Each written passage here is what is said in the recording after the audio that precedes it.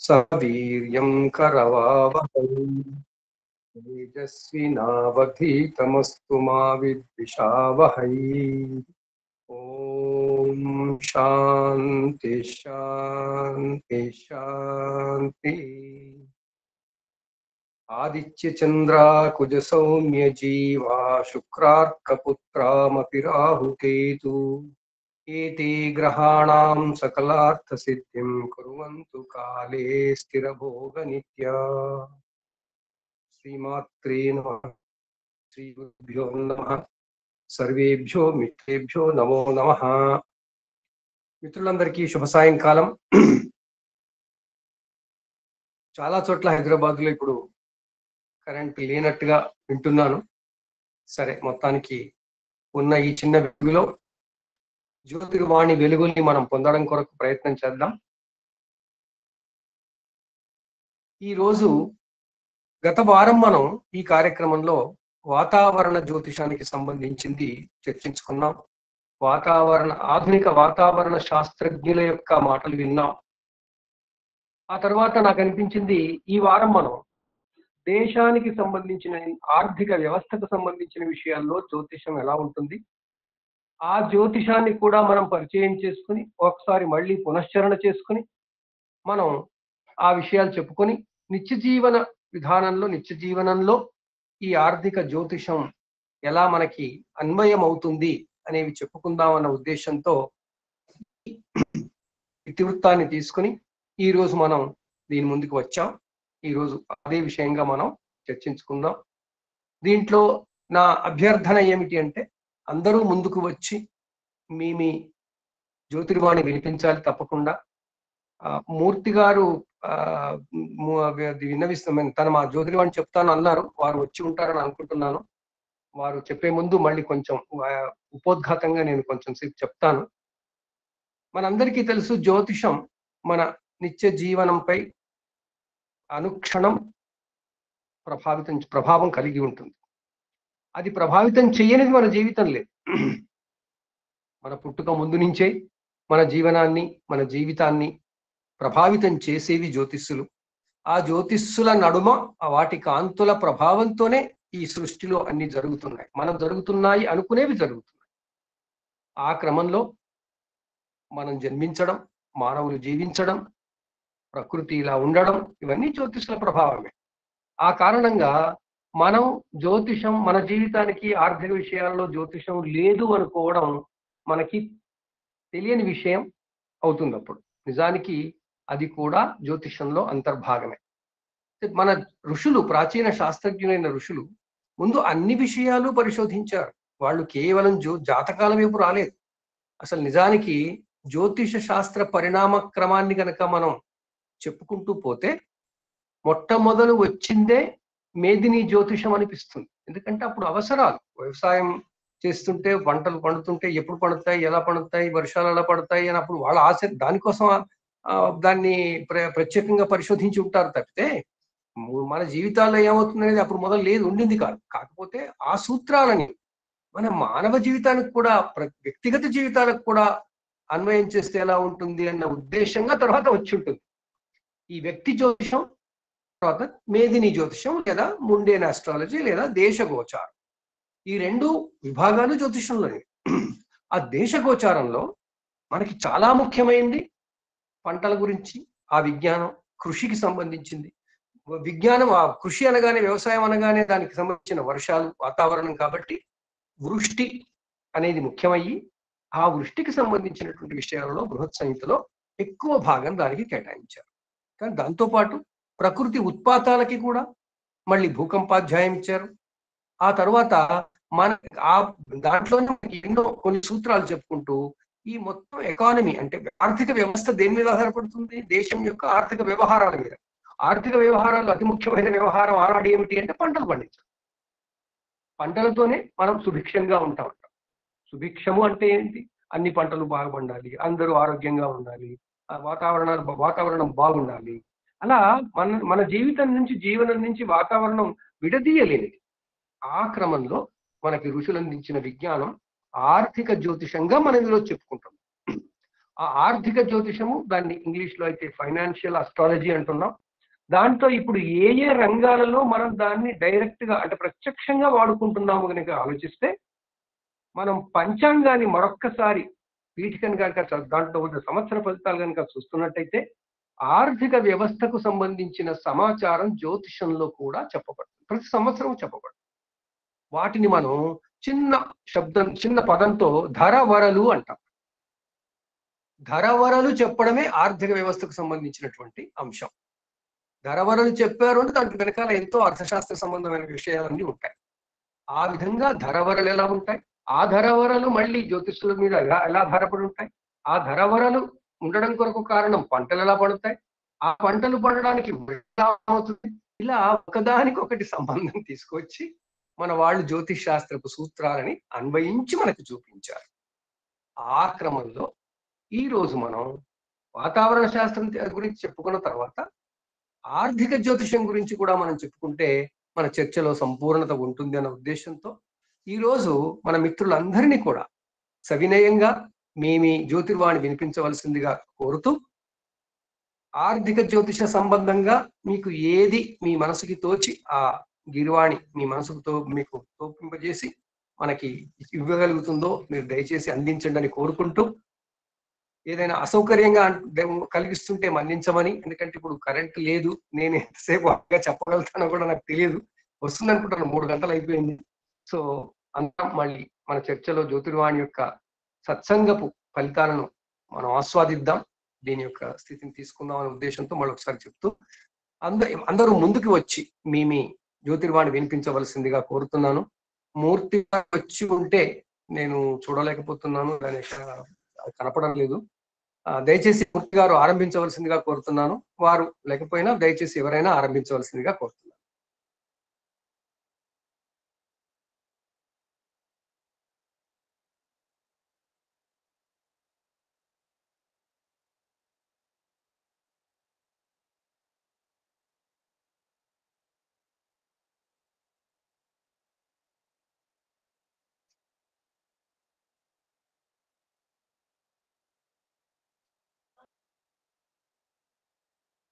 దేశగోచారం అనగానే కాస్త అందరూ వెనకబడుతున్నారు. మనం వ్యక్తి గోచారానికి ఎంత దగ్గరగా వచ్చి జ్యోతిషం అసలు విషయాన్ని మర్చిపోయామంటే, అది మళ్ళీ తెలుసుకోవాలంటే మనకి ఏమి ఇన్ఫర్మేషన్ లేదు అనిపిస్తుంది. కానీ ఉంది, చాలా ఉంది, అన్ని చోట్ల ఉంది. మనం చూస్తూ ఉన్నాం, రోజు కూడా చూసుకుంటూనే ఉంటాం. పంచాంగాల్లో రాసి ఉంటుంది ధరలు, పంటలు, అర్ఘాధిపతి, తర్వాత ధాన్యాధిపతి, తర్వాత సస్యాధిపతి, ఇవన్నీ ఉన్నాయి కదా. వాటన్నిటిని అన్వయించుకోవాలి. ఇప్పుడు మనం దయచేసి మాట్లాడండి, చెప్పండి, ముందుకు రండి.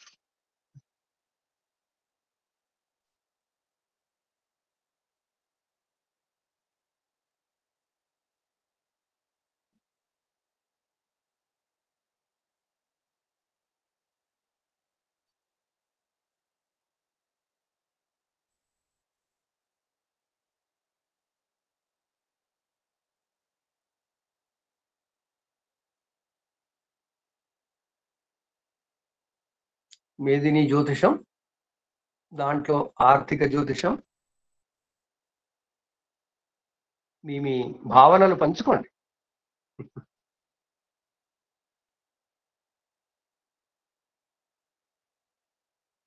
విషయం మీద ఏమైనా సందేహాలు ఉంటే అడగండి.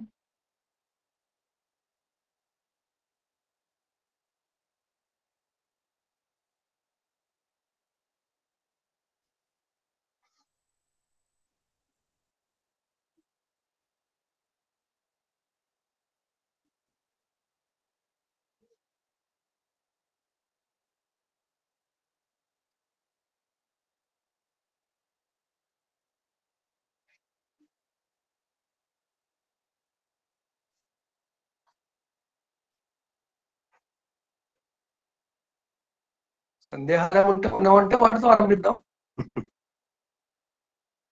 లేదా అసలు ఏంటి విషయం అని ఎవరైనా అడగదలుచుకుంటే అది కూడా అడగండి, ఏం పర్వాలేదు.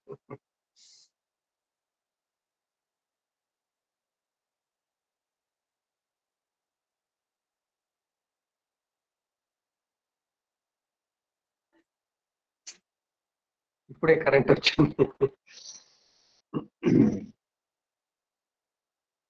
3 గంటలే కరెక్ట్.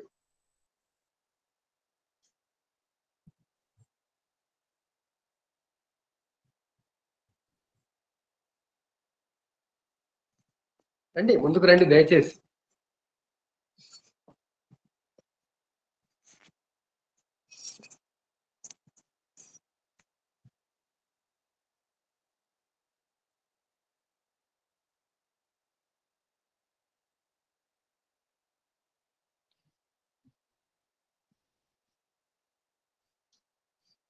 మరి ఇంత మౌనం అయితే కొంచెం కష్టం కదా, కార్యక్రమం ఎలా ముందుకు సాగుతుంది?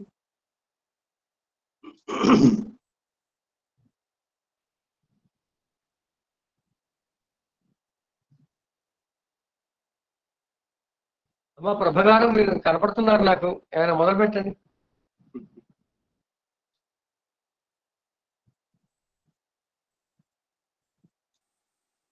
నమస్కారం గురువు గారు.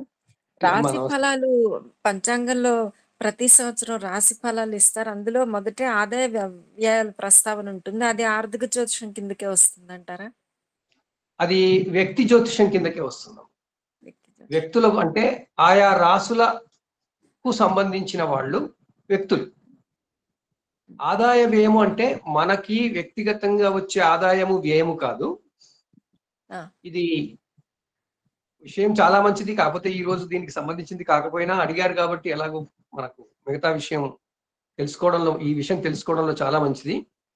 ఆదాయము వ్యయము, కందాయ ఫలములు, రాజపూజ్య రాజ అవమానాలు, ఈ 3 కూడా వ్యక్తిగత జ్యోతిషానికి మన శాస్త్రవేత్తలు, ప్రాచీన శాస్త్రవేత్తలు కనుక్కున్నటువంటి కొన్ని చిన్న షార్ట్ కట్స్. ఒక మనిషి సంవత్సర కాలంలో జీవిస్తున్నప్పుడు ఆ మనిషిని ముందు ప్రకృతితో అనుసంధానం చేసినప్పుడు ఆ మనిషి ఏదో ఒక రాశికి చెందిన వాడై ఉంటాడు, ఏదో ఒక నక్షత్రానికి సంబంధించిన వాడై ఉంటాడు. నక్షత్రం ఎలా వస్తుంది అంటే మన వ్యవహార నామం మీద కానీ జన్మ నామం మీద కానీ ఆ నక్షత్రం వస్తుంది. దాని ఆధారంగా మన ఐడి అయిపోతుంది. మన ఐడి నక్షత్రం ఒకసారి ఫిక్స్ అయిన తర్వాత రాశి కూడా ఫిక్స్ అవుతుంది.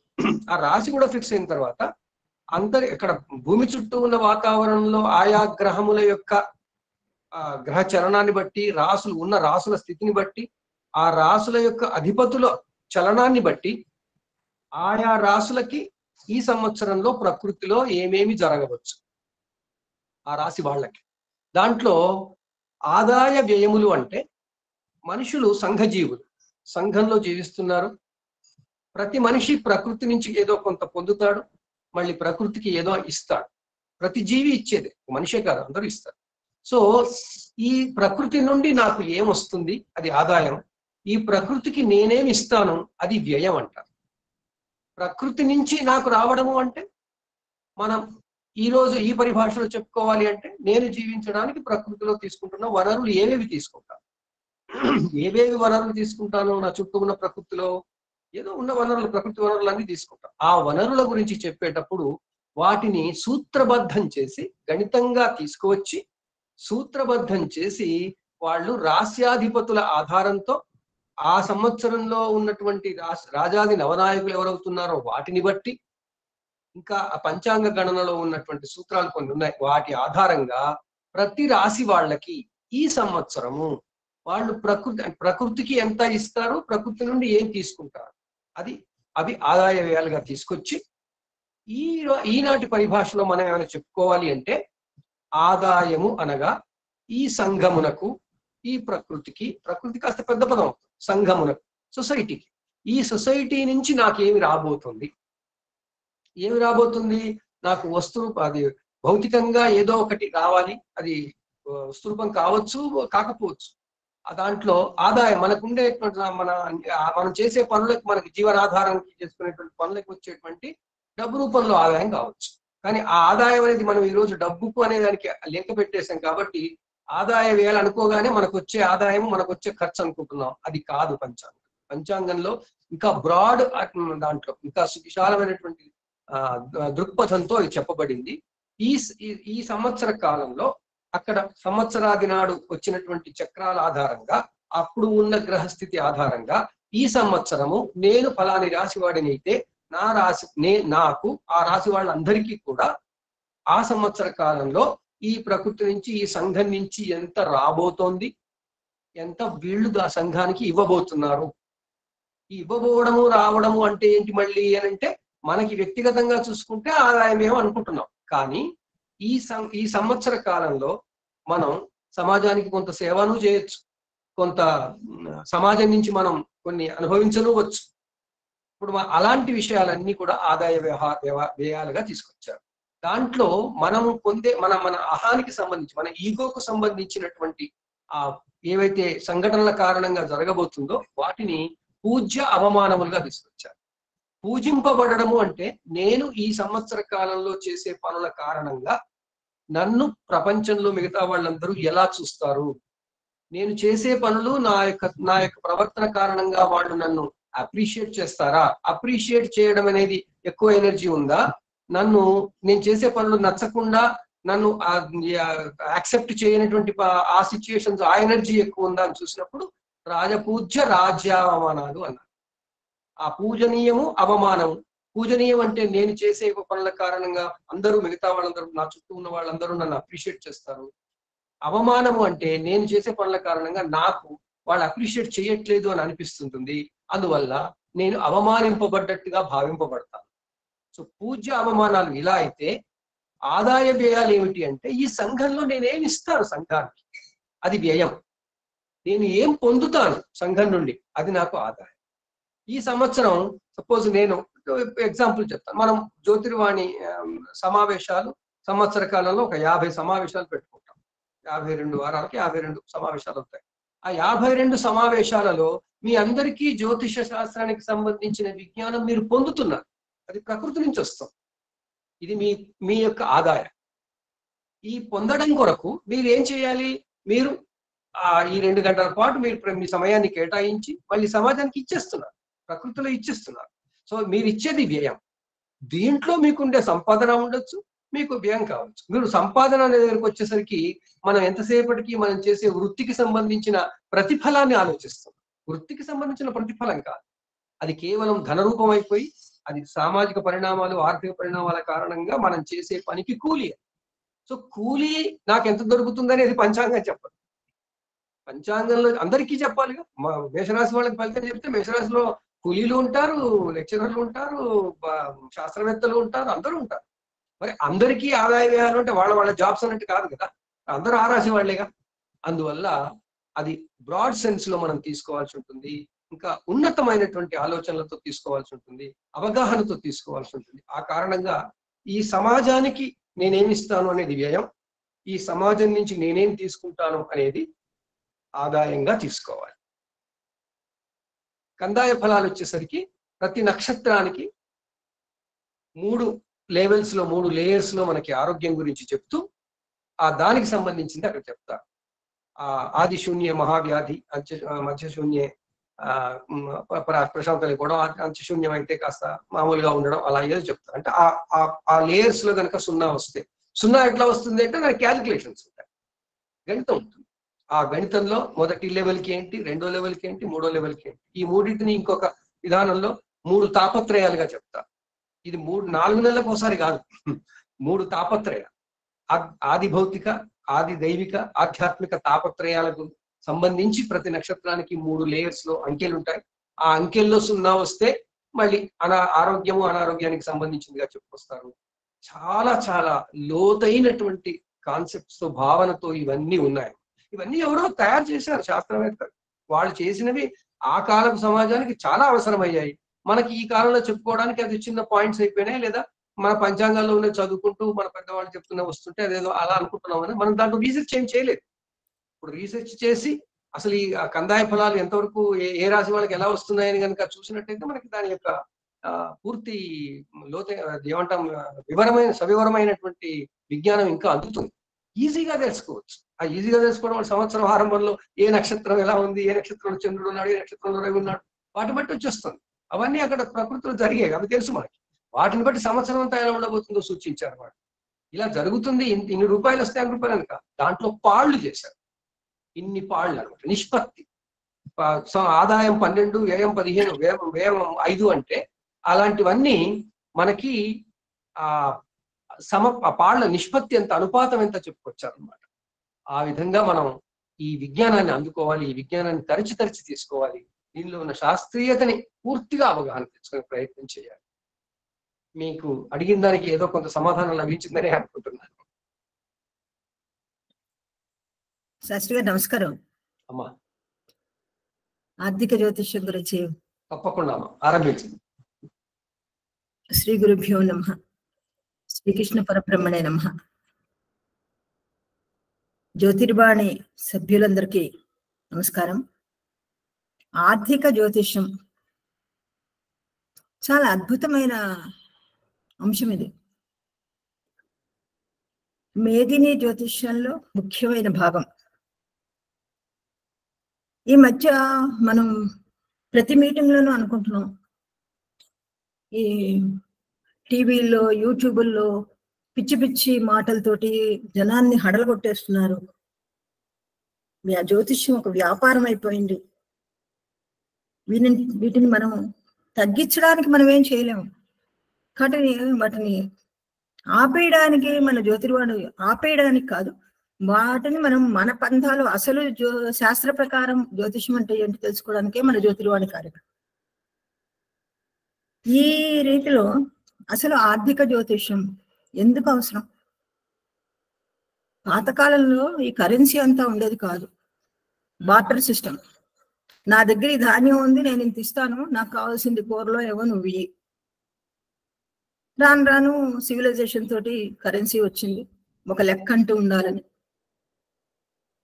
ఆర్థిక పరిస్థితులు, ఆర్థికంగా వాళ్ళు బాగున్నారు బాగోలేరు, ఇటువంటివన్నీ మనం తరచూ వింటూనే ఉంటాం. ఈ మధ్య స్టాక్ మార్కెట్ అనేది ప్రతి ఒక్కళ్ళకి, చిన్న పిల్లాడికి కూడా తెలిసిన విషయమే. సెన్సెక్స్ పాయింట్స్, వాళ్ళు గనక జ్యోతిష్యం నేర్చుకుంటే, వాళ్ళు గనక ఈ కీలక పాయింట్స్ ని వాళ్ళు పట్టుకుంటే, లేకపోతే మన జ్యోతిష్యులే ఇందులో నేర్చుకున్న పాయింట్స్ ని దానికి అప్లై చేస్తే అద్భుతమైన శాస్త్రం అంశం ఇది ఆర్థిక జ్యోతిష్యం. ఏ వస్తువు ధర ఎప్పుడు పెరుగుతుంది, ఎప్పుడు తగ్గుతుంది, దాని ఆధారంగా మనం ఫలానా కంపెనీలో షేర్స్ కొనొచ్చా కొనకూడదా, ఇది ఒక రకమైన సంపాదన మార్గమే. జ్యోతిష్యులందరికీ పిచ్చి పిచ్చి వేషాలతోటి ఆగ్రహాలకు అంత ఖర్చు పెట్టండి, ఈ హోమాలు చేయించుకోండి, లేకపోతే మీకేదో అయిపోతుంది అని భయపెట్టకుండా, ఈ శాస్త్రం నేర్చుకుంటే వాళ్ళకి కావాల్సినంత సంపాదించుకోవచ్చు. ఆర్థిక జ్యోతిష్యం అనే అంశాన్ని క్షుణ్ణంగా నేర్చుకుంటే షేర్స్ లో పెట్టుబడి పెట్టి, లేకపోతే పెట్టుబడి పెట్టాలనుకునే వాళ్ళకి సలహాలనిచ్చి ఎంతైనా వాళ్ళు సంపాదించుకోవచ్చు. అయితే దీనికి కీలకం, ముఖ్యం ఏంటి, ఎలా గణిస్తారు? మనకి 12 రాశులు ఉన్నాయి, 9 గ్రహాలు ఉన్నాయి, 27 నక్షత్రాలు ఉన్నాయి. మనం ప్రతిరోజు వినియోగించే అనేక రకాల ద్రవ్యాలన్నింటికి ఒక్కొక్క గ్రహం కారకం, ఒక్కొక్క రాశి కారకం. ఒక్కొక్క నక్షత్రంలో ఈ గ్రహాలు తిరుగుతున్నప్పుడు, స్థితి పొందినప్పుడు, రాశులు కదలలేవు, రాశులు అక్కడే ఉంటాయి, గ్రహాలే కదులుతాయి. ఈ గ్రహాలు తిరుగుతున్నప్పుడు వచ్చే మార్పుల వల్ల ఒక నక్షత్రానికి ఇంకో నక్షత్రానికి వెళ్తున్నప్పుడు గ్రహ ప్రభావం నక్షత్రం ప్రభావంతో సంయోగం చెంది మొత్తం మీద వాటి ఫలితాలు మారిపోతాయి. కనుక వీటిల్లో మార్పులు వస్తూ ఉంటాయి. ప్రపంచం అంతా అన్ని విషయాల్లోనూ మార్పులు వస్తాయి. ప్రకృతి నుంచి వచ్చే శక్తిని, సూర్యుడే మనకి శక్తికి ఆధారం, ఆ శక్తిని మనం రకరకాలుగా మార్చుకుంటున్నాం. సోలార్ పవర్ లో విద్యుత్ శక్తిగా మార్చుకుని ఇంట్లో అన్నింటికీ వాడుకుంటాం. భోజనం చేసి అది అరిగించుకుని మన శరీరంలో శక్తిగా మార్చుకుని కండర శక్తిగా, నర్వస్ శక్తిగా, నరాల శక్తిగా అన్ని రకాలుగా శరీరంలో వాడుకుంటున్నాం. అలాగే ఈ శక్తి, దీనిని అంటే ఈ గ్రహాల సంపత్తి, అవి ఇచ్చే ఫలితాలని మనం ఏ విధంగా గ్రహించుకోవాలి? అత్యంత శుభగ్రహంగా పరిగణింపబడేది గురుగ్రహం. గురుగ్రహం మూమెంట్ని బట్టి ఈ ధరలు మారిపోతూ ఉంటాయి. అంటే గురుగ్రహం శుభగ్రహం గనక గురుగ్రహం యొక్క వీక్షణం, గురుగ్రహానికి స్పెషల్ అంటే ప్రత్యేక దృష్టిలు ఉంటాయి, అందరికీ తెలిసిందే. పంచమం సప్తమం అన్నింటికీ ఉన్నది. పంచమం సప్తమం కాకుండా నవమం, పంచమ నవమ దృష్టులు ప్రత్యేక దృష్టి. సో ఈ గురుగ్రహం ఏ ఏ రాసుల మీద తన దృష్టిల్ని ప్రసరింపజేస్తుందో ఆ రాసులకి సంబంధించిన ద్రవ్యాలన్నింటికీ కూడా ముందు అనుకున్నాం కదా, ప్రతి రాశికి కూడా ప్రతి రాశి ఒక ప్రత్యేకమైన ద్రవ్యాన్ని లేకపోతే పదార్థాన్ని సూచిస్తుందని, వాటికి సంబంధించిన ధరలు తగ్గుతాయి. గురుగ్రహం మనకి శుభగ్రహం కదా, అందుకని ధరలు తగ్గుతాయి. అశుభగ్రహాల దృష్టి ఉన్నప్పుడు వాటి ధరలు పెరుగుతాయి. శనిగ్రహం ప్రత్యేక దృష్టి తృతీయం మీద దశమం మీద, సప్తమం ఉన్నదే. సో తృతీయ సప్తమం దశమం మీద దృష్టిలు పడుతున్నప్పుడు ఆ రాశులు సూచించే ద్రవ్యాలకి సంబంధించిన ధరలు పెరుగుతాయి. సో ఇవి గనక మనం గ్రహించుకుంటే మనకి ఇంట్లోకి కావాల్సిన వస్తువులకి, మనకి ప్రత్యేకంగా ఇంట్లోకి బియ్యం కావాల్సి వస్తే ఏదో మన ఇంట్లో ఇంతమంది ఉన్నారని క్యాలిక్యులేట్ చేసుకుని ఏడాది సరిపడా బియ్యం కొనుక్కోవడం మూర్ఖత్వం. అలా చేయకూడదు. ఎందుకంటే ఫస్ట్ బియ్యం పురుగు పట్టిపోతుంది. ఎంత కావాలో అంతే కొనుక్కోవాలి. కానీ ఇది వ్యాపారస్తులకి బాగా పనికొస్తుంది. అందుకే ఆర్థిక జ్యోతిష్యాన్ని వ్యాపార జ్యోతిష్యం అని కూడా అంటారు. ఎక్కువ కొని నిల్వ చేసుకుని, వాళ్ళు ఎక్కువ నిల్వ చేసుకుంటేనే కదా అందరికీ వాళ్ళు విక్రయించగలిగేది. అందుకని వాళ్ళకి ఏ పరిస్థితుల్లో ఇది ధరలు తక్కువగా ఉంటాయో అప్పుడు కనుక కొని పెట్టుకుంటే అవసరం అయినప్పుడు వాటిని విక్రయించుకుని సంపాదన చేసుకోవడానికి వాళ్ళకి వీలుగా ఉంటుంది, అనువుగా ఉంటుంది. అయితే ఏ గ్రహాలు దేన్ని సూచిస్తాయి, ఏ రాశులు దేన్ని సూచిస్తాయి? ముఖ్యంగా మేష, సింహ, ధను రాశులు ఇవి అగ్నితత్వ రాశులు. వీటిల్లో వస్తువుల ధరలు తొందరగా మారిపోతూ ఉంటాయి. వృషభ, కన్య, మకర రాశులు ఇవి భూతత్వ రాశులు.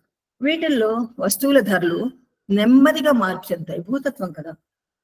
మిథున, తుల, కుంభరాశులు ఇవి వాయుతత్వ రాశులు. వీటిల్లో చాలా ఫాస్ట్ గా ధరలు మారిపోతాయి. కర్కాటక, వృశ్చిక, మీన రాశులు జలతత్వ రాశులు. ఇవి కూడా స్లోగా, అంటే ఏదైనా వస్తువు నీళ్ళల్లో వేసినప్పుడు దాని ప్రవృత్తిని బట్టి అది నీళ్ళలో కరగడం అనేది ఉంటుంది. అలాగే వీటి ధరలు కూడా మెల్లిగా తగ్గడము, మెల్లిగా పెరగడము, ఒకసారి ఫాస్ట్ గా పెరిగిపోవడం అనేది ఉంటుంది వస్తువులను. అయితే మేషం దేన్ని సూచిస్తుంది? యంత్రాల్ని, ఇనుముని, ఔషధపు మొక్కల్ని, గోధుమలు, బార్లీ, మిరపకాయలు. కొంచెం జాగ్రత్తగా మనం ఇవన్నీ జ్ఞాపకం పెట్టుకోవడం ఎలాగా, అసలు ఏది దేన్ని సూచిస్తుందంటే ఒక్కసారి ఆలోచించుకుందాం. మేషం ఏంటి? ప్రథమ రాశి, దాని అధిపతి కుజుడు. ఇక్కడ మనకి ఏమొచ్చింది? మిరపకాయలు. మిరపకాయలు అనేవి కుజుడికి సంబంధించినవి. అంటే ఆ రాశికి ఉన్న కారకత్వాలని బట్టి ఏ గ్రహం అధిపతి, అందులో ఏ గ్రహం ఉచ్చి పొందుతుంది, ఏ గ్రహం నీచను పొందుతుంది, అవి కనుక మనం జ్ఞాపకం పెట్టుకున్నామంటే వాటికి సంబంధించిన వస్తువుల్ని తేలిగ్గా జ్ఞాపకం పెట్టుకోవడానికి వీలుగా ఉంటుంది. ఔషధపు మొక్కలు ఎందుకు? సూర్యుడు కనుక అక్కడ. సూర్యుడు ఔషధులకి, హెర్బల్ మెడిసిన్స్ కి అధిపతి సూర్యుడు, సూర్యుడి కారకత్వం. సో ఔషధపు మొక్కలు, గోధుమలు మళ్ళీ సూర్యుడివే, బార్లీ, మిరపకాయలు, ఎర్రధాన్యాలు, మిరియాలు, అల్లం, ఉన్ని వస్త్రాలు, రైళ్లు, ట్రాన్స్పోర్టేషన్, రాగి, ఇటువంటివన్నీ కూడా మేషానికి సంబంధించి. అలాగే వృషభ రాశికి వస్తే వృషభ జాతి అంటే పశువులు, చక్కెర శుక్రుడికి సంబంధించింది, పత్తి, జనపనార, ఆర్థిక వ్యవహారాలు, తోలు వస్తువులు, ఆ తర్వాత పర్ఫ్యూమ్స్, ఇటువంటివన్నీ. మిథునానికి వస్తే రైల్వేలు, ప్రసార సాధనాలు, నెయ్యి, నూనె, జొన్న, కాగితం, వాహనాలు, వార్తాపత్రికలు. ఎందుకంటే తృతీయం వార్తలకి సంబంధించింది కదా, జర్నలిస్ట్ అందరూ మిథునానికి సాధారణంగా మిథునానికి సంబంధించిన వాళ్ళు ఉంటారు. న్యూస్ ప్రింట్, ప్రచార సాధనాలు, ఇవన్నీ మిథునానికి. కర్కాటకం టీ పరిశ్రమ, కొబ్బరి, అరటిపళ్ళు, ఉల్లిపాయలు, ద్రాక్ష, వెండి వస్తువులు, భూములు, భూ సంబంధిత వ్యవహారాలు, నీటిలో దొరికే వస్తువులు, పాలు, పాల ఉత్పత్తులు, వాణిజ్యం, పరిశ్రమ, ద్రవాలు, ఇటువంటివన్నీ కర్కాటకంలోకి వస్తాయి. సింహం, సింహరాశి ప్రభుత్వం, ప్రభుత్వ రంగ సంస్థలు, రవి అధిపతి కదా. బంగారం, స్పెక్యులేషన్, గడియారాలు, ఆటలు, పేలుడు పదార్థాలు, ఎడార్లు, రాజప్రసాదాలు, ఇటువంటివన్నీ. కన్యకొస్తే ధాన్యాలు, వేరుశనగలు, పెసలు, ధాన్యాలు, మొక్కజొన్న, వ్యవసాయం, పప్పు దినుసులు, తోటలు, ఇటువంటివన్నీ. తులలోకి వస్తే నవరత్నాలు, రత్నాలు, ఆహార ధాన్యాలు, మినుములు, తర్వాత బొబ్బర్లు, ఇటువంటివి. అందమైన వస్తువులు శుక్రుడు. వృశ్చికం, యుద్ధ సామగ్రి, పొగాకు, రసాయనాలు, నూనె గింజలు. ధనుస్సు, బ్యాంకులు, ఉప్పు, గుర్రాలు, రంగు వస్త్రాలు, కలప, భీమా, విదేశీ బాండ్లు, రబ్బరు, పసుపు దుంపలు మొదలైనవన్నీ. మకరానికి వస్తే చర్మం, లోహాలు, ఇనుము, బొగ్గు, రాగి, ఖనిజాలు, సిమెంటు. కుంభం, పింగాణి సామగ్రి, ఎలక్ట్రిక్ సామగ్రి, పళ్ళు, పూలు, విమానాలు, ఇతరమైనవన్నీ. మీనం, రత్నాలు, చేపలు, మాదక ద్రవ్యాలు, సుగంధ ద్రవ్యాలు. ఇవి రాసులకు సంబంధించి ఇంకా ఎన్నో ఎన్నో ఎన్నో ఉంటాయి. ఇవి చెప్పినవి కొన్ని మాత్రం. గ్రహాలు, ఏ ఏ గ్రహాలు వేటిని సూచిస్తాయి? రవి గోధుమలు, నూనెలు, జనపనార, రాగి, ఉన్ని, బంగారం, ప్రభుత్వ రంగ సంస్థ. చంద్రుడు బియ్యం, నీటికి సంబంధించిన ఓడలు, వెండి, పాలు, పాల ప్రోడక్ట్స్ అన్ని. కుజుడు ఇనుము, రాగి, యంత్ర సామగ్రి, ఇతర మిషనరీ అంతా. ఇప్పుడు చూస్తే ముఖ్యంగా కంప్యూటర్ సంబంధించిన టూల్స్ అన్ని కూడా కుజుడే. బుధుడు ఇత్తడి, పాదరసం, పెసలు, వార్తాపత్రికలు, ప్రసార సాధనాలు, పోస్ట్ అండ్ టెలిగ్రాఫ్స్ మెటీరియల్, నూనె గింజలు. బుధుడే యాజ్ ఇట్ ఈస్ వ్యాపారకారక గ్రహం. అయితే గురుడు ధనకారక గ్రహం, ఆర్థిక వ్యవహారాలు, తగరం, రబ్బరు. శుక్రుడు విలాస వస్తువులు, పంచదార, కళాఖండాలు, భవన నిర్మాణాలు, బట్టలు, ఇటువంటివన్నీ. పంచదార. శని ఇనుము, నల్ల నువ్వులు, బొగ్గు, బట్టల పరిశ్రమలు, సిమెంటు, రాగి, లోహాలు, ఆవాలు, నూనె, ఇటువంటివన్నీ. రాహు తగరము, మెడికల్ ఎక్విప్మెంట్, మెడిసిన్స్, ముఖ్యంగా ఈ వ్యాక్సిన్స్, ఇవన్నీ. కేతువు ఉప్పు, బెల్లం. చంద్రుడు వచ్చేటప్పటికి చాలా ఫాస్ట్ గా ఒక రాశి నుంచి ఇంకో రాశిలోకి మారిపోతూ ఉంటాడు. ఒక్కొక్క రాశిలో 2.5 రోజులే ఉంటాడు. అంటే ఈ గ్రహ స్థితిని బట్టి కూడా ఇప్పుడు చంద్రుడు దృష్టి అన్ని గ్రహాలకి దృష్టి ఉంటాయి, సప్తమ దృష్టి ఉంటుంది. చంద్రుడి దృష్టి ఎక్కడ పడుతుందో ఆ 2.5 రోజుల్లో అది మార్పు చెందడానికి అవకాశం ఉంటుంది. ఒక్కొక్కసారి స్థిరంగానే ఉండొచ్చు, ఒక్కొక్కసారి మారిపోవచ్చు. అవతల రాశితత్వము, రాశితత్వంలో ఉన్న అవి సూచించే ద్రవ్యాల ప్రవృత్తిని బట్టి. సో రవి అయితే మనకు తెలిసిందే ఒక్కో రాశిలో ఒక్కో నెల ఉంటాడు. బుధుడు దాదాపు 3 వారాలు, శుక్రుడు 1 నెల పాటు. ఇలాగా గ్రహాల సంచారాన్ని బట్టి కూడా యువతల రాశుల్లో ఏవి ఎప్పుడు మారిపోతాయి. ఇది కంటిన్యూస్ గా 1 సంవత్సరం పాటు అసలు ఇవి ఎలా ఉన్నాయి, ఎలా మారుతున్నాయి అనేది ఒక పట్టిక తయారు చేసుకుని, ఆ తర్వాత ఇప్పుడు పంటల పరిస్థితి ఏంటి, ఏ పంటలు బాగా పండాయి, ఏవి పండలేదు, ఏవి తక్కువ ఉన్నాయో వాటికి డిమాండ్ ఎక్కువ.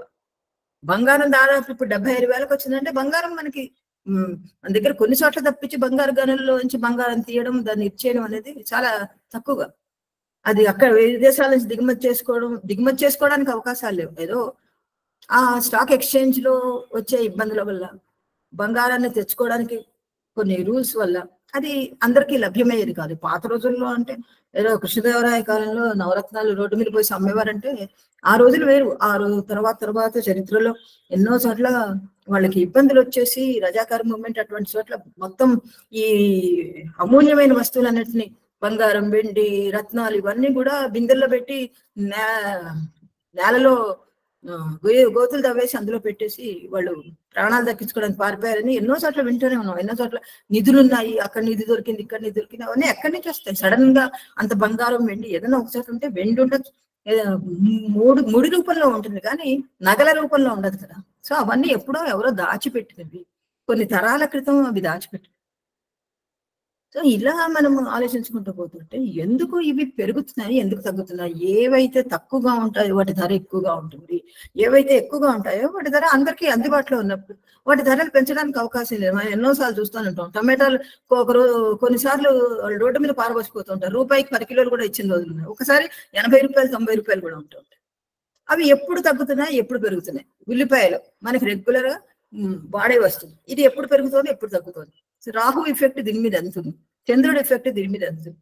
సో ఇటువంటివన్నీ కూడా జాగ్రత్తగా గమనిస్తే ఒక సంవత్సరం పాటు ఈ పట్టికలు తయారు చేసుకోవడం తేలికే. పట్టికలు తయారు చేసుకుని తర్వాత కనీసం ఒక 2-3 నెలల పాటు మనం అనుకున్న మన భావాల్ని వాటితో మ్యాచ్ అవుతున్నాయా లేదా ఆలోచించుకుని ఈ సూత్రాలన్నింటినీ బాగా ఆకలింపు చేసుకుని మన సూత్రాలని వాటిల్లో ఇమిడ్చి అసలు ఇప్పుడు ఇది పెరగాలి, ఇది ఎందుకు తగ్గింది, లేకపోతే ఇది పెరిగింది, ఇప్పుడు ఎందుకు పెరిగింది, ఇవన్నీ ఆలోచించుకుంటూ వెళ్తే ఆర్థిక జ్యోతిష్యం అనేది అద్భుతమైన శాస్త్రం. అందరికీ కూడా దీన్ని కౌన్సిల్ చేసి ఎవరెవరు ఎందులో పెడుతున్నారు, ఏ షేర్లు ఎలా పెరుగుతున్నాయి, ఎలా తగ్గుతున్నాయి, ఏం చెయ్యాలి అంటే ఇది ఇప్పుడు ఎందుకు సడన్ గా పెరిగింది, ఇప్పుడు ఎందుకు తగ్గింది, అవి చూసుకుంటూ వెళ్తే ఇది జ్యోతిష్యం నేర్చుకుని వాళ్ళ సొంతంగా అంటే జ్యోతిష్యంలో ఏదన్నా అంశం గురించి వాళ్ళంతా వాళ్ళు ప్రజల్ని ఇబ్బంది పెట్టకుండా సంపాదించుకోవాలి అనుకుంటే ఆర్థిక జ్యోతిష్యం అంత ముఖ్యమైన అంశం ఇంకొకటి లేదు. నాకు ఈ అవకాశం ఇచ్చినందుకు ధన్యవాదాలు. నమస్కారం అండి. మా మాలతి గారు, అందరి తరఫున చాలా చాలా ధన్యవాదాలు. మీరు జ్యోతిర్వాణి కార్యక్రమానికి స్వరపేటిక ఈరోజు నాకు అనిపిస్తుంది. అది మీది కాంట్రిబ్యూషన్ నేను చెప్పలేనంతగా అవసరమైంది. చాలా చాలా ధన్యవాదాలమ్మా. చక్కని విషయాలు, అసలు ఏ పుస్తకంలో ఎక్కడ ఒక్కచోట దొరకని విషయాలు ఎన్నో చెప్పారు. చాలా చాలా ధన్యవాదాలు. నేను ఆరంభంలో అన్నట్టుగా మనకి మూర్తి గారు ఈరోజు ప్రత్యేకంగా చెప్తానన్నారు. వారు ఇప్పుడే వచ్చారు, వారికి స్వాగతం. మూర్తి గారికి స్వాగతం. తర్వాత ఒకరిద్దరు మిత్రులు వేరే చేతులు ఎత్తారు, వాళ్ళకి మూర్తి గారి ప్రసంగం కాగానే జ్యోతిర్వాణి విన్న తర్వాత మనం మాట్లాడుకుందాం. అలాగే గురువు గారు ఎంవి శర్మ గారికి కూడా స్వాగతం. వారు కూడా వచ్చినట్టుంది. వారు కూడా తర్వాత వారి జ్యోతిర్వాణి వినిపించవలసిందిగా కోరుతున్నాను. ఈ రోజు విషయం ఆర్థిక జ్యోతిషం, నిత్య జీవనంలో దాని ఉపయోగాలు. మూర్తి గారు దయచేసి మీ జ్యోతిర్వాణి వినిపించవలసిందిగా కోరుతున్నాను.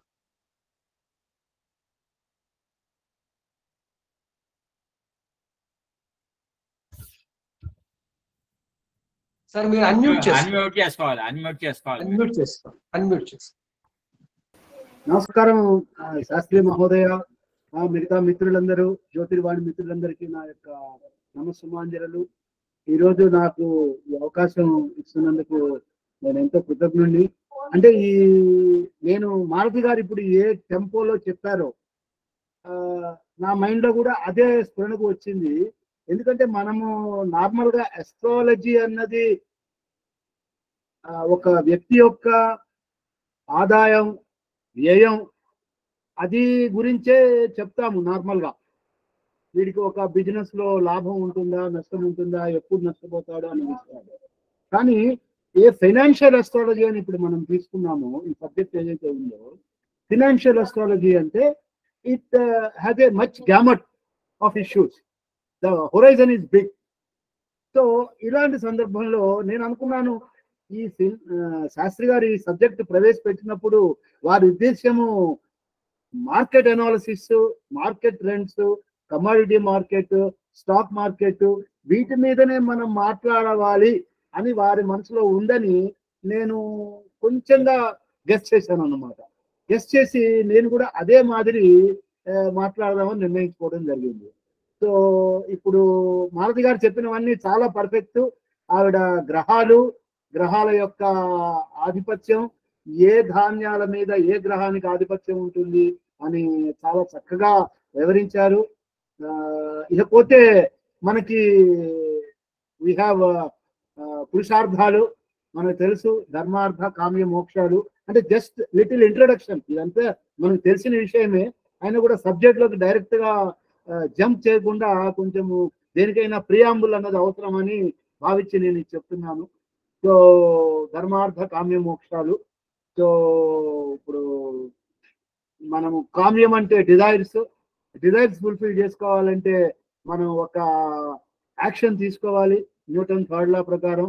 సో యాక్షన్ తీసుకోవాలంటే ఆ యాక్షన్ ధర్మబద్ధంగా ఉండాలి.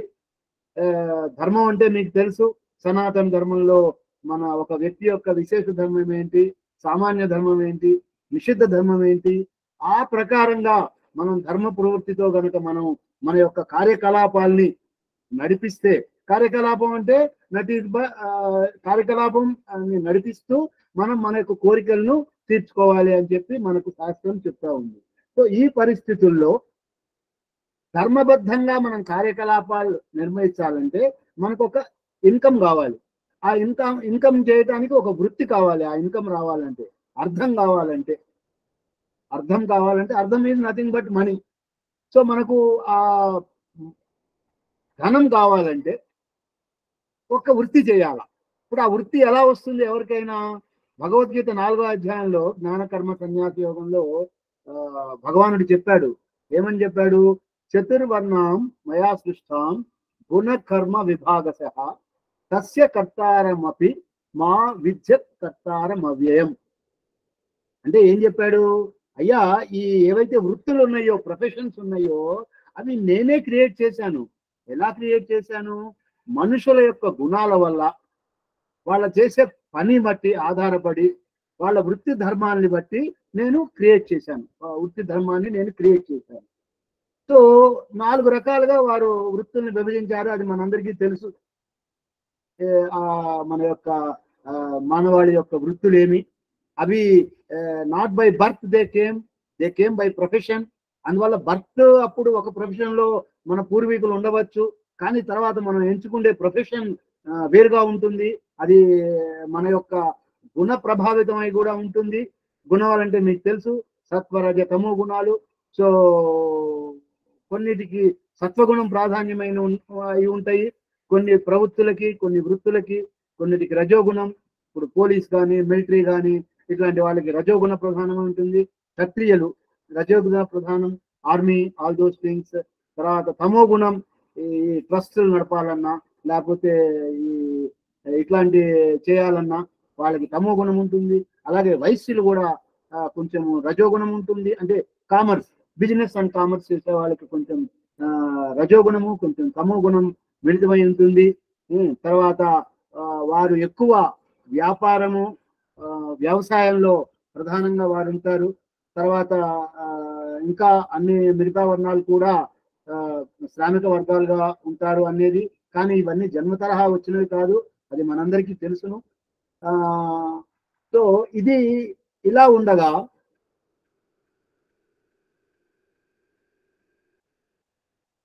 వాట్ ఆర్ ది హౌసెస్ మన ఎస్ట్రాలజీలో? ధర్మ, అర్థ, కామ, మోక్ష హౌసెస్. ధర్మ 159 మనందరికీ తెలుసు, అవి ఫైరీ హౌసెస్. అర్థ 2, 6, 10 దే ఆర్ ఎర్తీ హౌసెస్. కామ 3, 7, 11 హౌసెస్. మోక్ష 4, 8, 12 houses. They are watery houses. కానీ మనకి ఏదైతే విత్తం కావాలో, విత్తానికి ఏ హౌసెస్ ప్రాధాన్యం? 2, 11. తర్వాత అలాగే లగ్న 9th and 5th houses also play important roles in deciding our income levels. 10th house కూడా, 10th house మీకు ప్రొఫెషన్ డిసైడ్ చేస్తుంది. 10th house లో సన్ ఉంటే డెఫినెట్ గా వాడు ఏ గవర్నమెంట్ ఎంప్లాయీయో, ఏ పొలిటికల్ లీడరో అయ్యి ఉండవచ్చును. Jupiter and moon, they are important for finance. And 2nd and 11 houses are for money. 5th and 9th houses are for wealth and material opportunities. So this is broad గా మనకు అందరికీ తెలిసిందే, నేనేం కొత్తగా add చేసింది లేదు ఇక్కడ. లేకపోతే ప్లానెట్స్ ఏవైతే ఉన్నాయో, planets responsible for wealth. Jupiter, ఎందుకంటే Jupiter gives the wealth and prosperity, వృద్ధి, పురోగతి, పురోభివృద్ధి, ఇవన్నీను మనకు జూపిటర్ దేవగురు ప్రసాదిస్తారు. సో నాటల్ హారోస్కోపిటల్లో జూపిటర్ కనుక స్ట్రాంగ్ గా ఉంటే మానిటరీ అండ్ మెటీరియల్ ప్రాస్పెక్ట్స్ ఒక వ్యక్తికి చాలా అధికంగా ఉంటాయి. అలాగే అతని general level of well being, material poverty, property or insolvency, అవి కూడా జూపిటర్ యొక్క ప్లేస్మెంట్ మీద ఆధారపడి ఉంటుంది. సాటర్న్ 11th హౌస్ లో, నేచురల్ హారోస్కోప్ లో మరి ఆయన 11th హౌస్ అధిపతి కదా, సో ఆయన చాలా ఇన్ఫ్లుయెన్స్ చేస్తాడు. ఎందుకు చేస్తాడు? ఇందాక మేడం చెప్పారు, మూను 2.5 రోజులకి మారిపోతుంటాడు కదా. సో మూను ఇన్ఫ్లుయెన్స్ ఉన్నా కూడా, బట్ సాటర్న్ 2.5 సంవత్సరాలు ఉంటారు కాబట్టి సాటర్న్ యొక్క ఇన్ఫ్లుయెన్స్ 11వ హౌస్ మీద చాలా ఎక్కువగా ఉంటుంది. అందువల్ల సాటర్న్ ఏం చేసినా కూడా లోగా చేస్తాడు, బట్ ఈ will give gift and bonus. నువ్వు చేసే కార్యక్రమానికి, నీ ఆదాయానికి, వ్యయానికి, దానికి బోనస్ ఇస్తాడు ఆయన, ప్లస్ అన్నది యాడ్ చేస్తాడు Saturn, because of is more placement in 11th house. Okay, so అందువల్ల ట్రాన్సిట్ మూన్ సాటర్న్ కనుక ఉన్నప్పుడు, ట్రాన్సిట్ సాటర్న్ ఈ చేసి ఇచ్చే రిజల్ట్స్ ఏవైతే ఉన్నాయో, ఆయన చివరి వరకు ఉంటాడు కదా, చివరిలో మంచి చేసిపోతాడు. అప్పుడు ఆ ప్రాస్పెక్ట్ ఏదైతే ఉందో that will long last for more than 2 years. So that నీ ఇన్కమ్ లెవెల్స్ 2 సంవత్సరాల లోపల ఆగిపోవటం, తగ్గటం జరగదు. ఒకవేళ పెరుగుతూ ఉంటే అది 2+ అవుతుందన్నమాట. లేకపోతే సన్, ఈ sun planet lord of 5th house, madam చెప్పారు. సన్ దేనికి ధాన్యాల్లో ఏ ధాన్యానికి ఆయన అధిపతి, దేనికి ఆర్మీకి, గవర్నమెంట్ కి ఆయన అధిపతి, మనకు తెలిసిందే ఆ విషయము. ఆయన ఎవ్రీ జొడాయిక్ లో, ఎంటైర్ జొడాయిక్ 1 year లో తిరుగుతారు. సో సన్ మూవ్మెంట్ ఈ సైక్లికల్, బట్ ఈ వెరీ ఆర్డర్లీ, డిసిప్లిన్ గా వెళ్తాడు.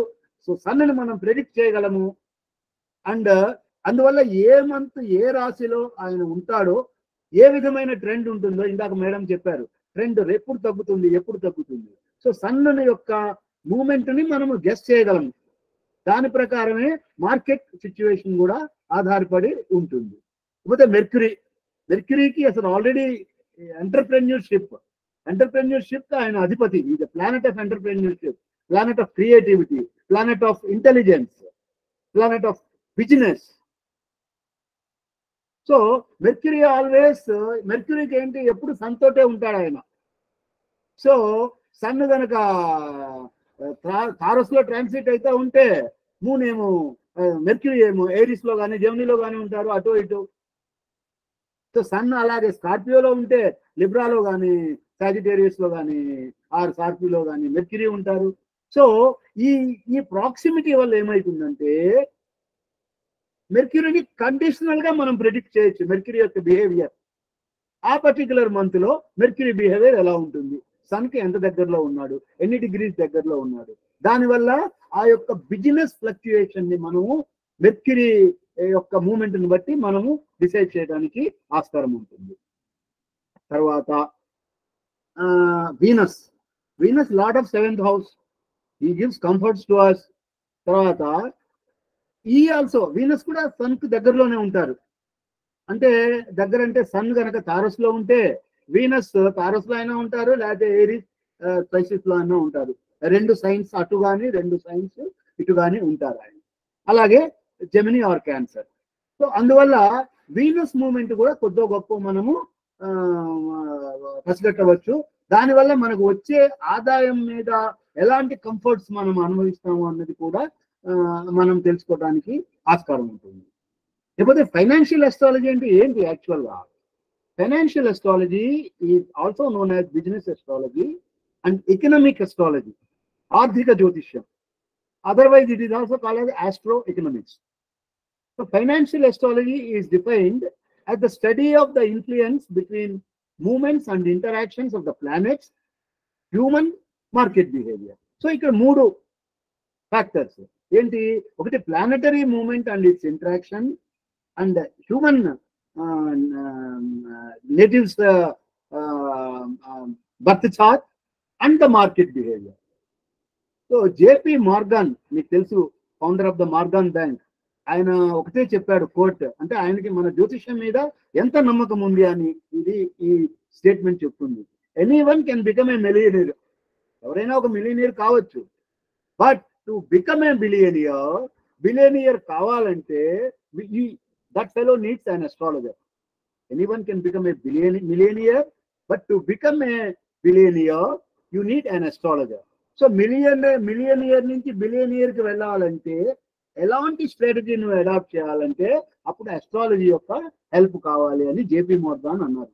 ఇది recent statement which I surfed the web and I thought let me share with you, so with all of our friends. And what is financial astrology? ఇందాక మారుతి గారు చెప్పినట్టు it is prediction of prices in stocks or commodities or foreign exchange. ఎందుకంటే ఇప్పుడు all foreign exchange commodities, they are traded, nothing is hidden. We know ఒక కంట్రీలో ఎన్ని foreign exchange reserves ఉన్నాయి, ఎంత inflow ఉంది, ఎంత అవుట్ఫ్లో ఉంది. All these hour CLR or RRR, all those things are decided by your chest in the Reserve Bank of India. And this prediction is based on what? This prediction of prices in stocks is based on planetary situation, stars and signs. ఇప్పుడు మనం discuss చేసాం ఇందాక, signs, planetary, what they are in charge and what for. So ఇవి these planets, stars and signs can assist an investor in the process of investment management. ఎట్లా? Selection of risky securities or shares or equity securities, అంటే debentures అలాంటివి, or commodities, gold, all types of commodities, gold, silver, platinum, all those things, and currency, foreign exchange. So అంటే దీనికి ఒక example నేను ఏం చెప్పగలుగుతున్నాను, ఇక్కడ జూపిటర్ సాటర్న్ సైకిల్ ఉందనుకోండి. జూపిటర్ సాటర్న్ సైకిల్లో అంటే జూపిటర్ 20 years, సాటర్న్ 19.86 అనుకోండి. ఈ రెండు కనుక కోయిన్సైడ్ అయితే either it may result in cycle of prosperity or depression. So that much importance is given to the Jupiter-Saturn cycle in commodity markets. So that's a long drawn, either it may go to inflation or it may go to deflation. So ఈ financial astrology ఎట్లా పనిచేస్తుంది? యత్పిండే తద్బ్రహ్మాండే. So micro లెవెల్లో ఏదైతే ఉందో అదే macro లెవెల్లో work అవుతుంది. Micro level అంటే ఎవరు? మనం ఇన్వెస్టర్, ఒక కంపెనీ యొక్క హారోస్కోప్. ఎలాగైతే ఇన్వెస్టర్ కి మనం హారోస్కోప్, నేటల్ హారోస్కోప్ ఇస్తున్నామో, అలాగే కంపెనీ కూడా date of incorporation, time of incorporation, place of incorporation ఇవి పెట్టుకొని మనం కూడా ఒక కంపెనీకి హారోస్కోప్ వేయచ్చు. సో ఆ రెండు హారోస్కోప్లను కనుక మనం మ్యాచ్ చేస్తే strength and weaknesses of that company as well as the investors behaviour, not only his behaviour, అంటే ఎప్పుడు స్టాక్స్ లో పెడతాడు, ఎప్పుడు తీయాలి అన్నదే కాకుండా his destiny also we can predict. And this is at micro level. Micro level, macro level, what?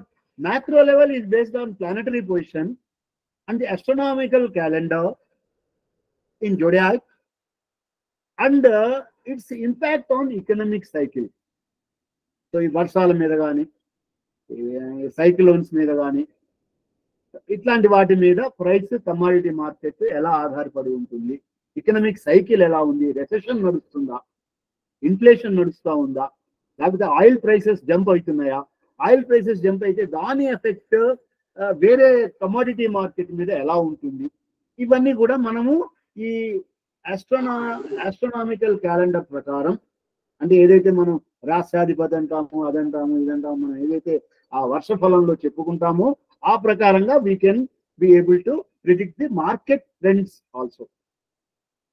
So financial astrology investors the best timing of the trade, that means when a stock price will increase or fall, month by month also we can predict, and future trading, how that is called curve trading, it is called in stock market. So curve trading etla cheyochu nu manamu, అని ఈ planetary configurations గురించి కూడా మనం చెప్పడానికి అవకాశం ఉంటుంది. ఇప్పుడు ఇందాక మాలతి మేడం అన్నారు మూన్ ఈజ్ ఎ మెయిన్ కారక for astrological analysis of stock and commodity market fluctuation. Normal గా we apply 5 Jyotish systems in financial markets or financial astrology analysis. ఏమిటి ఆ 5? ఒకటి moon phase, 2 moon declination or debilitation, ఎట్లా moon decline అవుతాడు.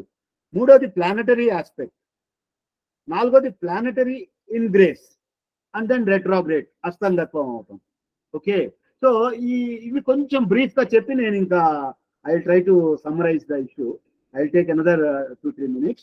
So moon phase మనకు తెలుసు కదా, waning moon ఏమిటి, అలాగే క్షీణ చంద్రుడు, వృద్ధి చంద్రుడు. సో 15 రోజులు అది, 15 రోజులు ఉంది ఇది. సో అప్పుడు మూన్ యొక్క మూమెంట్ ను బట్టి ఆ యొక్క ఫ్లక్చుయేషన్, మార్కెట్ ఫ్లక్చుయేషన్ కూడా ఆధారపడి ఉంటుంది.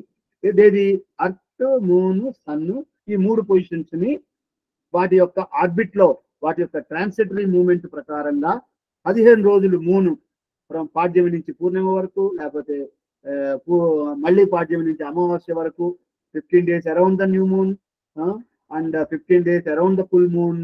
So the investor mood also is based on that.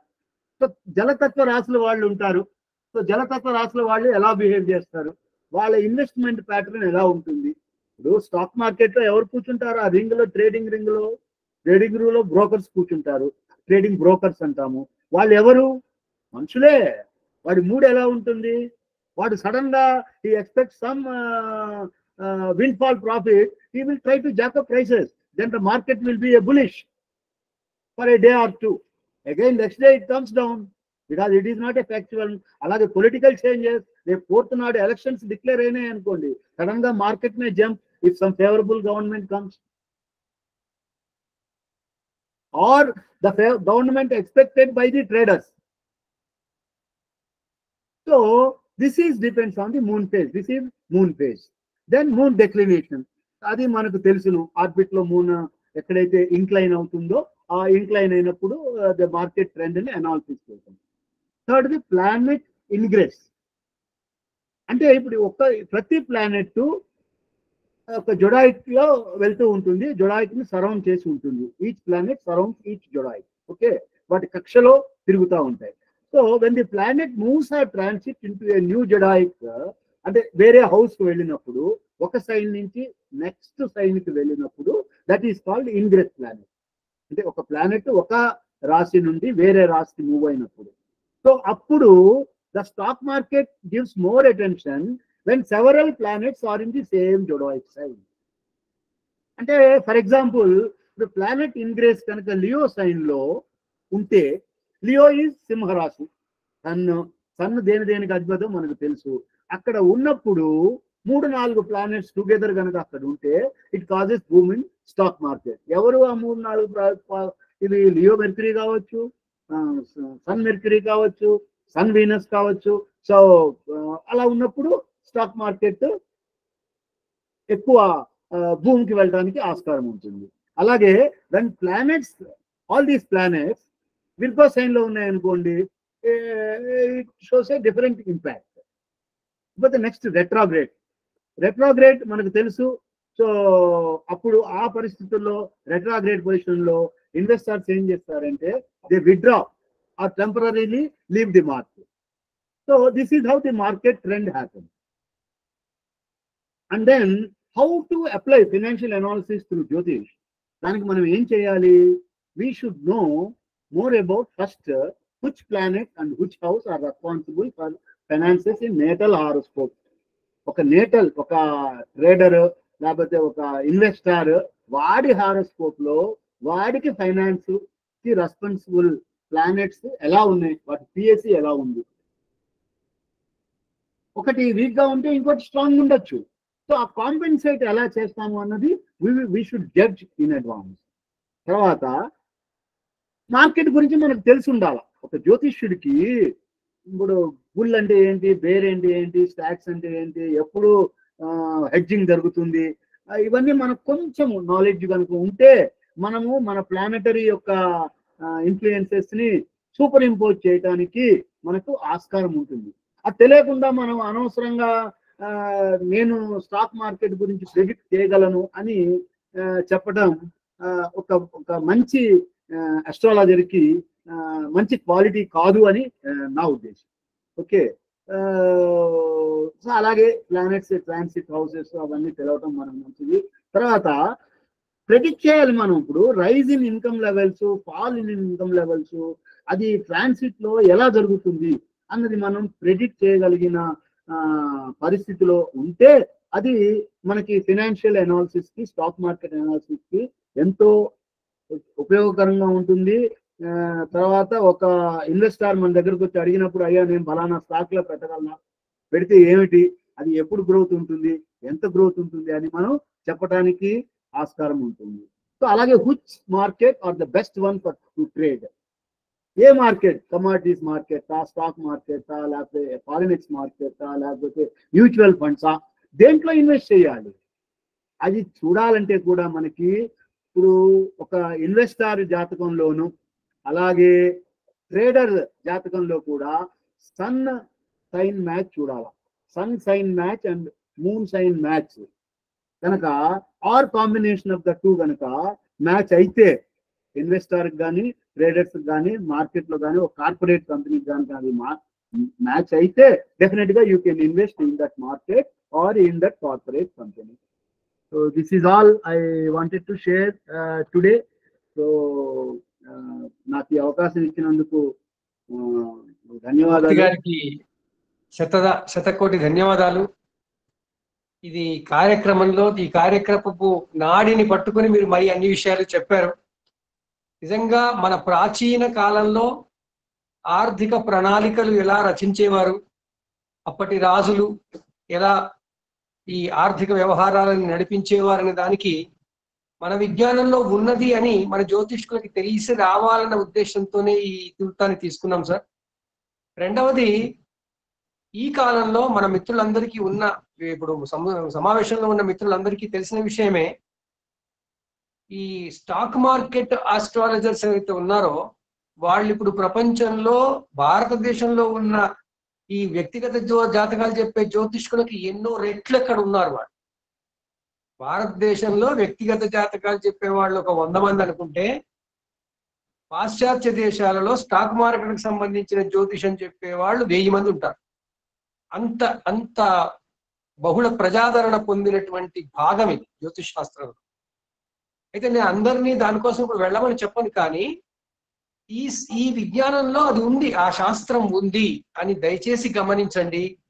ఈ వ్యక్తిగత జాతకాల వెనకాల బడి ఏదంతా చెప్పుకునే బదులుగా ఇది చేస్తే మన మూర్తి గారు చెప్పినట్టు, మాలతి గారు చెప్పినట్టు, ఈ దేశ ఆర్థిక వ్యవస్థకి సంబంధించిన ఏదో ఒక మంచి సకారాత్మకమైన నిర్మాణాత్మకమైన కాంట్రిబ్యూషన్ మనం చేయగలుగుతాము జ్యోతిష్కులం అందరం అని కోరుకుంటూ, చాలా చాలా ధన్యవాదాలు సార్. ఇలాగే మీ ఆశీర్వాదంతో ఉండాలి. ఇప్పుడు గురువు గారు శర్మ గారు ఉన్నారు, తర్వాత మనకి అందరికీ పెద్దవారైనటువంటి సాంబశివరావు గారు ఉన్నారు, వారు చివరికి మాట్లాడతారు. వారి తర్వాత నేను కోరుకుంటాను, వారికి నమస్కారం చేస్తూ తర్వాత చెప్పవలసిందిగా కోరుతున్నాను సభాముఖంగా. తర్వాత ఎంబి శర్మ గారు దయచేసి మీ జ్యోతిర్వాణి వినిపించవలసిందిగా కోరుతున్నాను. ఆ తర్వాత వారు కూడా చెప్పిన తర్వాత మన చేతులు, ఒక 2 చేతులు ఎత్తిన మిత్రులు ఉన్నారు, వాళ్ళ సందేహాలు మనం తీర్దాం. శర్మ గారు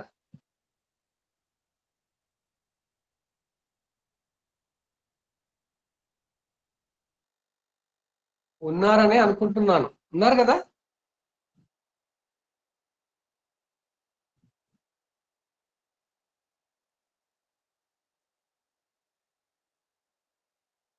సరే, వారు వచ్చేలాగా చేతులెత్తిన మిత్రులు వారి సందేహాలు ఏమైనా ఉంటే దయచేసి చెప్పవలసిందిగా కోరుతున్నాను. సోమనాథ్ గారు ఒక 10 నిమిషాలు టైం ఇవ్వండి, నేను ఆన్ ద వేలో ఉన్నా. 10 నిమిషాలు. సరే సరే సరే సరే గురువు గారు, ఒక 10 నిమిషాలు వస్తా. మీరు వస్తుండండి, నేను ఈలోగా వీళ్ళతో మంచిది మంచిది. ఓకే. ఇంకా ప్రభా గారు చేయెత్తారు.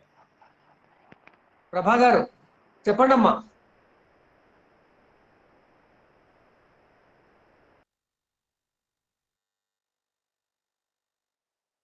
భవానీశ్వర్ గారు కూడా ఇంతకుముందు ఎత్తారు. మీ సందేహాలు ఏమైనా ఉన్నాయా చెప్పండి. అయ్యా లేదు, పొరపాటుగా పడింది అది. పొరపాటైనా మీ జ్యోతిర్వాణి వినగలిగే అదృష్టం కలిగిందిగా, చెప్పండి ఏదైనా. మీరు మంచి యాక్టివ్ కదా.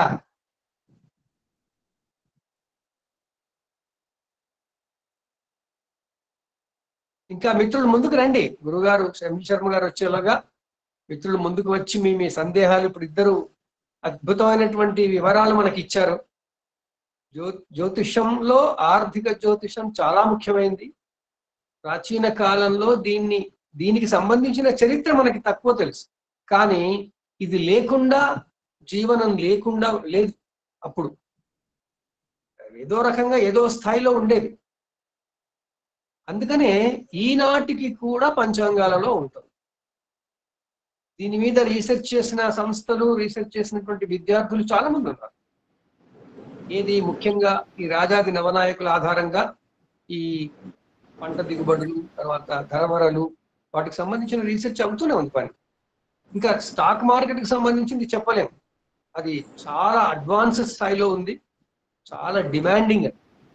చాలా మంది జ్యోతిష్కులకు అది మంచి సంపాదన వనరు. గురువు గారు అది వేరే సబ్జెక్ట్ అండి, అంటే అది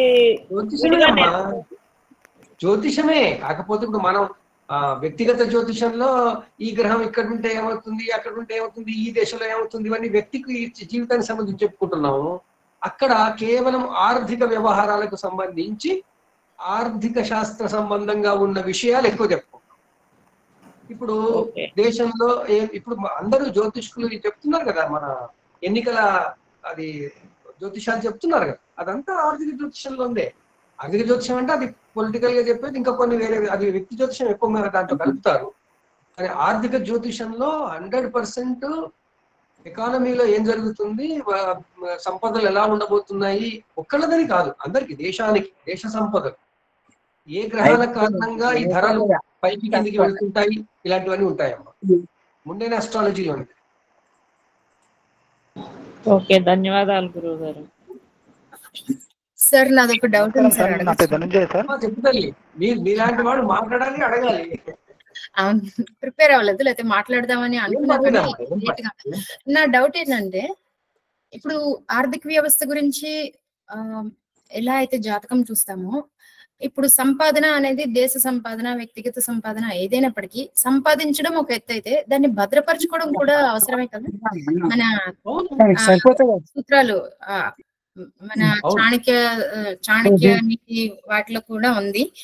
ఫైనాన్షియల్ ఆస్పెక్ట్స్ పురాణ శాస్త్రాల్లో కూడా వాళ్ళు రాశారు. అంటే సంపాదన ఒక్కటే ముఖ్యం కాదు, దాన్ని భద్రపరచుకోవడం ఎలాగా, సంపాదించినప్పుడు ధర్మబద్ధంగా సంపాదించడం ఎలాగా, ఈ విషయాలన్నీ కూడా ధర్మబద్ధంగా సంపాదిస్తూ దాన్ని భద్రపరచుకోవడం. సో లా అండ్ ఆర్డర్ కూడా ఇక్కడ మనం పరిధిలోకి తీసుకోవాలి. సో ఇలాంటి విషయాలన్నీ తీసుకుంటూ ఉన్నప్పుడు ఒక్కొక్క దేశం యొక్క విధి విధానాలు వేరుగా ఉంటాయి కాబట్టి ఇవి క్రోడీకరిస్తూ మనం ప్రపంచంలో ముందుకెళ్ళడానికి, మనం ముందుకు వెళ్ళబోతున్నామా, వెనకుంటామా, ఎలా ఉంటాము, మనం ముందుకెళ్ళాలంటే గ్రహస్థితులు మనం మార్చలేము, మన దేశ పరిస్థితులు ఏ రకంగా మారాలి అనేవి కదా చెప్పాలి. సో ఈ రకంగా చెప్పాలి అంటే ఆర్థిక శాస్త్రవేత్తలు, నిపుణులు వాళ్ళందరూ సలహాలు ఇస్తారు, కానీ మనం జ్యోతిష్యులుగా చెప్తే గవర్నమెంట్ ఎంతవరకు వింటుంది అనేది ఒక డౌట్ నాకు. ఇప్పుడు ఇక్కడ ఈ కాలపు ప్రభుత్వాలు ఆ కాలపు విజ్ఞానాన్ని ఎంతవరకు వాడుకుంటున్నాయి అనే ప్రశ్న మీకు. ఆ ప్రశ్నలో సమాధానం ఏమిటంటే, ఈ కాలపు ప్రభుత్వాలు, ఈ కాలపు ప్రజలు, ప్రభుత్వాలు కాదు ప్రజలు కూడా ఆ కాలపు విజ్ఞానాన్ని ఎంత లోతుగా తెలుసుకొని ఉన్నారు అనేది ముఖ్యమైనది. ఒక 1000-2000 సంవత్సరాలు, 1000 ఏళ్ళు అనుకోండి, ఈ మనం ఇన్వేడర్స్ వచ్చినప్పటి నుంచి భారతదేశంలో చిన్న చిన్న రాజ్యాలన్నీ చిన్నగా వాళ్ళు ఆక్యుపై చేసుకుంటున్నప్పటి నుంచి మన శాస్త్రాలు ప్రజా జీవితంలో డైరెక్ట్ గా ఉన్నటువంటి ఆ సిచ్యుయేషన్స్ మారుతున్నాయి. రాను రాను ఇప్పుడు ఏమొచ్చింది, ఆ దేశాల రాజులు అక్కడి నాగరికతలకు సంబంధించిన ఆ ప్రభావాన్ని మనం ఎక్కువ తీసుకుని మనం అన్ని కూడా ఆచారాలుగా వెనక్కి పంపించేసి సంప్రదాయాలుగా వెనక్కి నెట్టేసి మనం వాళ్ళు నేర్పిన విధంగా జీవించే ప్రయత్నం చేస్తున్నాం. ఈ రోజుల్లో మనము మన పిల్లల్ని బీటెక్లు చేయించాలి, అవి చేయించాలి, ఇవి చేయించాలి అని అనుకోవడము కారణం ఏంటి? ఈ రకమైన జీవన విధానానికి మనం అలవాటు పడిపోయాం. మన మైండ్ రెడీ అయిపోయింది, బ్రెయిన్ వాష్ అయిపోయింది. ఇది ఒక 1000 సంవత్సరాల కింద ఇలా బీటెక్లు చేయించాలని లేదు. అప్పుడు వృత్తులు చేయవలసినవి ఏమిటి? పిల్లవాడు చదువుకొని ఏం చేయాలి, అమ్మాయి చదువుకొని ఏం చేయాలనే దానికి ఒక హోలిస్టిక్ అప్రోచ్ ఉండేది. ఇప్పుడు హోలిస్టిక్ లేదు. ఇప్పుడు ఏముంది? కేవలము సంకుచితమైన తత్వంతో వీడు సంపాదన కోసం మాత్రమే ఉపయోగపడేందుకు వీలుగా ఈ శాస్త్రాలు ఇప్పుడు ఉన్నాయి. ఆ విధానం పోయింది కాబట్టి అప్పటి విజ్ఞానం కూడా మనం వాడుకోలేకపోతున్నాం. అందుకనే ఈ వాతావరణ శాస్త్రంలో బృహత్ సంహితలో ఉన్న సూత్రాలు ఈనాటి ఐఎండి వాళ్ళు కనుక నేర్చుకుని సంస్కరించుకొని వాడినట్లయితే అత్యుత్తమమైనటువంటి ఫలితాలు వస్తాయి. వాళ్ళే అంటున్నారు, ఐఎండి శాస్త్రవేత్తలు అంటున్నారు, మేము 3 రోజుల కన్నా ఎక్కువ సెటిలైట్ పిక్చర్లు లేకపోతే వాతావరణం గురించి చెప్పలేము అంటున్నారు. అదే వాతావరణ జ్యోతిష్కుడు భారతదేశపు జ్యోతిష్ శాస్త్రం ప్రకారం బృహత్ సంహిత ప్రకారం చెప్పే వాళ్ళైనా, పాశ్చాత్యులైనా బృహత్ సంహిత చెప్పే వాళ్ళైనా, వాళ్ళు సంవత్సరాలు ముందుగానే వాతావరణం ఎలా ఉంటుందో సూచించగలరు. వీళ్ళు చెప్పేది మనం ఎంత నిజం, ఎంతవరకు అవుతుందో కాదో, ఎంత అనుమానంగా ఉంటామో వీళ్ళు చెప్పేదానికి అంతే అనుమానంగా ఉండొచ్చు. కానీ ఇది ప్రకృతి శక్తులకు సంబంధించిన గణన కాబట్టి దీనిలో దాన్ని ఏమంటాము, దాని యొక్క రిలయబిలిటీ, దాని యొక్క నమ్మకం ఎక్కువ పెట్టుకోవచ్చు. మనం గణనలో కొంత తేడాలు ఉండొచ్చు, సూర్యుడి యొక్క కారకత్వాలు ఏం మారవు. అదే విధంగా ఫైనాన్షియల్ ఆస్ట్రాలజీలో కూడా ఈ ధరవరలు అనేవి పంచాంగంలోకి ఎందుకు వచ్చాయి అంటే, ఆ కాలంలో ఆర్థిక ప్రణాళికలకి, ఆర్థిక స్థితిగతులకి ఈ విజ్ఞానాన్ని వాడేవాళ్ళు. ఇప్పుడు వాడరు, ఇప్పుడు ప్రభుత్వం వాడదు. ఎందుకంటే ఈ విజ్ఞానం అనేది వాళ్ళకి అసలు అవసరం లేదు. అది రావాలి అంటే మనం సైంటిఫిక్ గా చెప్పేటువంటి జ్యోతిష్కులను తయారవుతే అప్పుడు ఆటోమేటిక్ గా వస్తుంది. అది రావడం కోసం మనం ప్రయత్నించాలి. మనందరి జీవన కాలంలో రాకపోవచ్చు, కానీ మనం దీన్ని మొదలు పెడితే, దీంట్లో ఇంత సైన్స్ ఉంది, దీన్ని ఇట్లా వాడుకుందాం అని చెప్పడం కనుక మొదలుపెట్టి చెప్పడం ఆరంభిస్తే ఇంకో 50 ఏళ్ల కన్నా కనీసం ఇది సైంటిఫిక్ గా చెప్పగలిగే వాళ్ళు వస్తారు. అప్పుడు ప్లానింగ్ దాంట్లో వింగ్ లో గవర్నమెంట్ దాంట్లో ఉండొచ్చు. ఇప్పుడు కొన్ని దేశాలలో ప్లానింగ్ ఉండదని కాదు, ఉంటాయి. కాకపోతే ఇది ఇంట్యూషన్ లా వెళ్తుంది. ఆ ఇంట్యూషన్ లా కాకుండా సైన్స్ లాగా వెళ్లే ప్రయత్నం మనం చేయొచ్చు. అది చేయడం కోసమే మనం ప్రయత్నం చేద్దాం. ఎస్ సార్, నా ఆలోచన అదే. బట్ మనం ఇంత సమావేశాలు పెట్టుకుని ఇన్ని రకాలు ఆలోచిస్తాం కదా, మనం ఇంప్లిమెంట్ చేయాలంటే గవర్నమెంట్ ఎంతవరకు మనల్ని యాక్సెప్ట్ చేస్తుంది? Government is nothing but people. జనాలకి నమ్మకం ఎంతవరకు వస్తుంది? ఇది డెఫినెట్ గా మనకి ఆర్థిక పరంగా ముందుకు తీసుకెళ్ళడానికి దేశానికి ఉపయోగపడుతుంది అని మనకి తెలుసు, కానీ జనాలు ఎంతవరకు యాక్సెప్ట్ చేస్తారు అనేది అది కరెక్టే. కానీ మనకి భావన రాగానే, దీని విలువ తెలవగానే సమాజం వెంటనే యాక్సెప్ట్ చేయాలనుకోవడం మన తప్పు. మనం దాన్ని చేయించగలిగే స్థితికి దాన్ని ఎదిగించాలి. అది ఎదిగించే ప్రయత్నంలో మనం అందరం సమిధనం అయిపోతాం, నష్టం లేదు. కానీ ఈ సైన్స్ వృద్ధి చెందాలి. ఆ సైన్స్ వృద్ధి చెందడం కోసమే మనం జ్యోతిర్వాణి పెట్టుకున్నాం.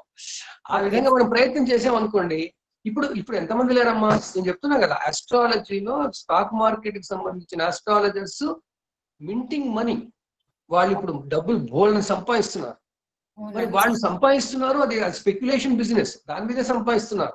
మరి ప్లానింగ్ కోసం చేసి ఇప్పుడు ప్రాజెక్టులు కడుతున్నప్పుడు దేశానికి, ప్రభుత్వానికి ఆ ప్రాజెక్టుల్లో ఈ 50 ఏళ్ల ప్రాజెక్టులో ఏమవబోతుంది, ఈ ప్రాంతంలో ఏమవబోతుంది, దానికి మనం ఇంకా కొన్ని సూత్రాలు మర్చిపోయాం. సూత్రాలు కొన్ని మరుగున పడిపోయాయి. వాటన్నిటిని బయటికి తీసి ఆ ప్రాజెక్టులు కట్టేటప్పుడు మనం ఏ సూత్రాలు అప్లై చేయాలి, ఇదంతా మనం చాలా సైంటిఫిక్ గా తీసుకురావాల్సి వస్తుంది. దీనికోసమే పరిశోధనలు కావాలి. దీనికోసమే విద్యార్థులు ముందుకు వచ్చి దీన్ని ఒక సైన్స్ గా అధ్యయనం చేయాలి. అధ్యయనం చేయించేందుకు మనం ప్రోత్సహించాలి. దానికి మనం బాటలు వేయాలి. ఆ బాటలు వేసే దిక్కుగా మనం వెళ్తున్నాం. అందరం అదృష్టవంతులం. ఎందుకంటే మనకన్నా ముందు జ్యోతిష్కులకి ఇంత విజ్ఞానం, ఇంత అప్లికేషన్ తెలియదు. అవును సార్. మనం అనుకునే గురువులకి ఇంత అప్లికేషన్ తెలియదు. మనం ఇప్పుడు మాట్లాడుకోవడం వల్ల ఇంతమంది ప్రోత్సాహంతో వచ్చి మాట్లాడి కొత్త ఆలోచనలకి స్వాగతం పలుకుతున్న కారణంగా మన శాస్త్రాల్లో ఉన్న శాస్త్రీయత, దీని విలువ, ఉపయోగపడే ప్రయోజనం తెలిసి వస్తుంది కదమ్మా ఇప్పుడు. అవును సార్. అందువల్ల మనం దాన్ని ఇంకా ఇంకా పెంచాలి, మనం ఇంకా దీని లెవెల్స్ పెరగాలి. అవుతుంది, ఇవాళ కాకపోతే రేపు అవుతుంది. ఇంకా సైన్స్ ఉంది, ఆ సైన్స్ ని ఎక్స్ప్లాయిట్ చేయకుండా ఎవరు ఊరుకోరు. Thank you very much sir. చేస్తారు. Thank you sir. నమస్కారం సార్, నా పేరు ధనంజయ్ సార్.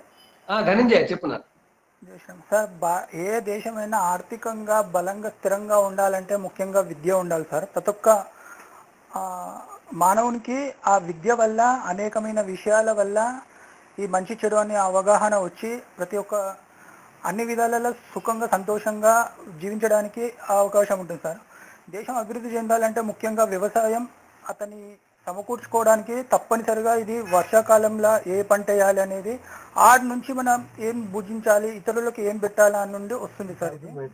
అలానే వైద్యం, మన ఆరోగ్య పరిస్థితి, మనం ఆరోగ్యంగా ఉండి ఆ మందులను తయారు చేసి ఆ మందులను మళ్ళీ ఇతర దేశాలకు అమ్మడమే ఇది ఆర్థికంగా చాలా పెద్ద విజయంగా మనం తెలుసుకోవచ్చు. ఇందులో మనము క్వాలిటీ మందులు తయారు చేసామనుకోండి, ఇంతకు ముందుకు మన వాళ్ళే కోవిడ్ 2020లో ప్రపంచ దేశాలకు వ్యాక్సిన్ మనం ఎంతో మందికి సహాయం చేశాం. అదేవిధంగా డిఫెన్స్ రంగంలో ఇంత ముందుకు చాలా మంది బయట దేశాల నుంచి మన ఏరోప్లేన్స్ కానీ ఆయుధాలు కానీ చాలా మంది మనం ఇక్కడ నుంచి తీసుకొని వచ్చి మనము ఈ విధంగా మనమే యూజ్ చేసుకునేవాళ్ళం. అదే ఇప్పుడు ఈ దేశానికి మన ఒక దేశం అభివృద్ధి చెందాలంటే మన ఉన్న సార్ వాయిస్ చాలా ఫీబుల్ గా ఉంది సార్, వాయిస్ చాలా తక్కువ ఉంది. మాకు బాగా వినబడుతుంది. అవునా?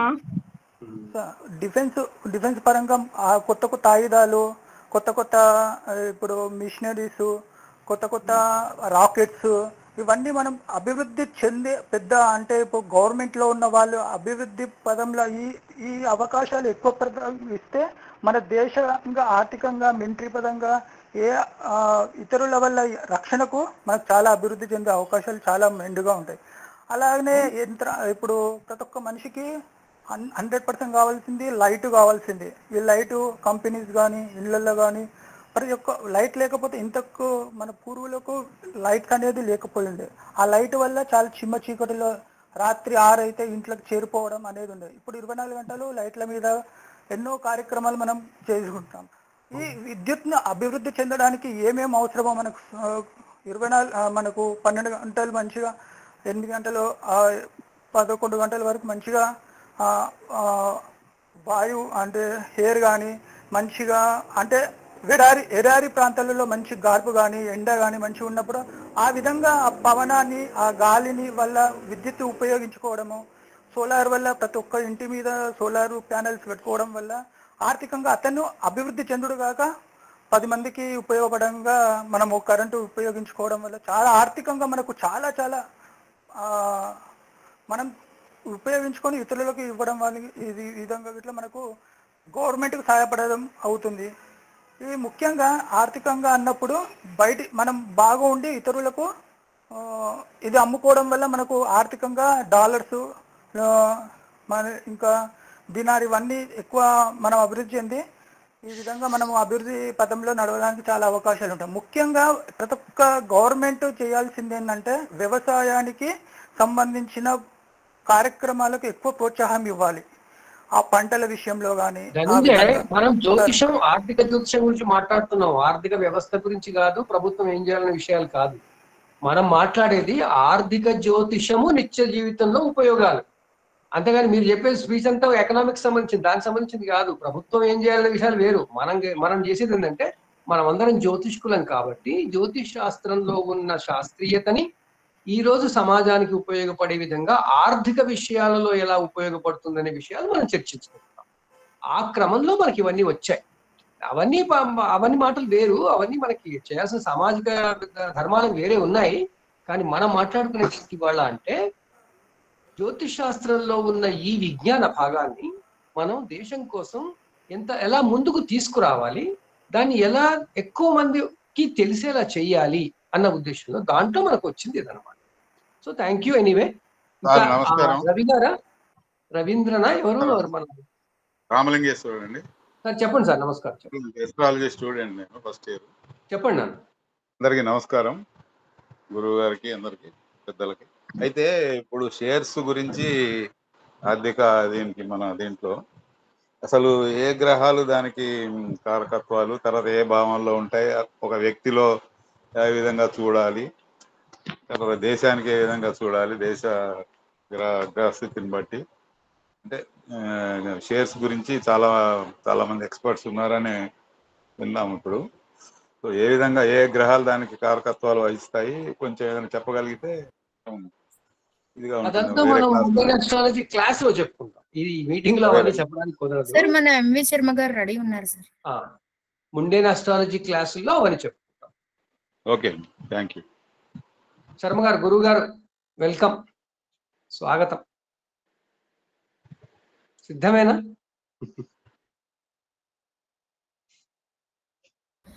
అన్మ్యూట్ చేసుకోవాలి సార్.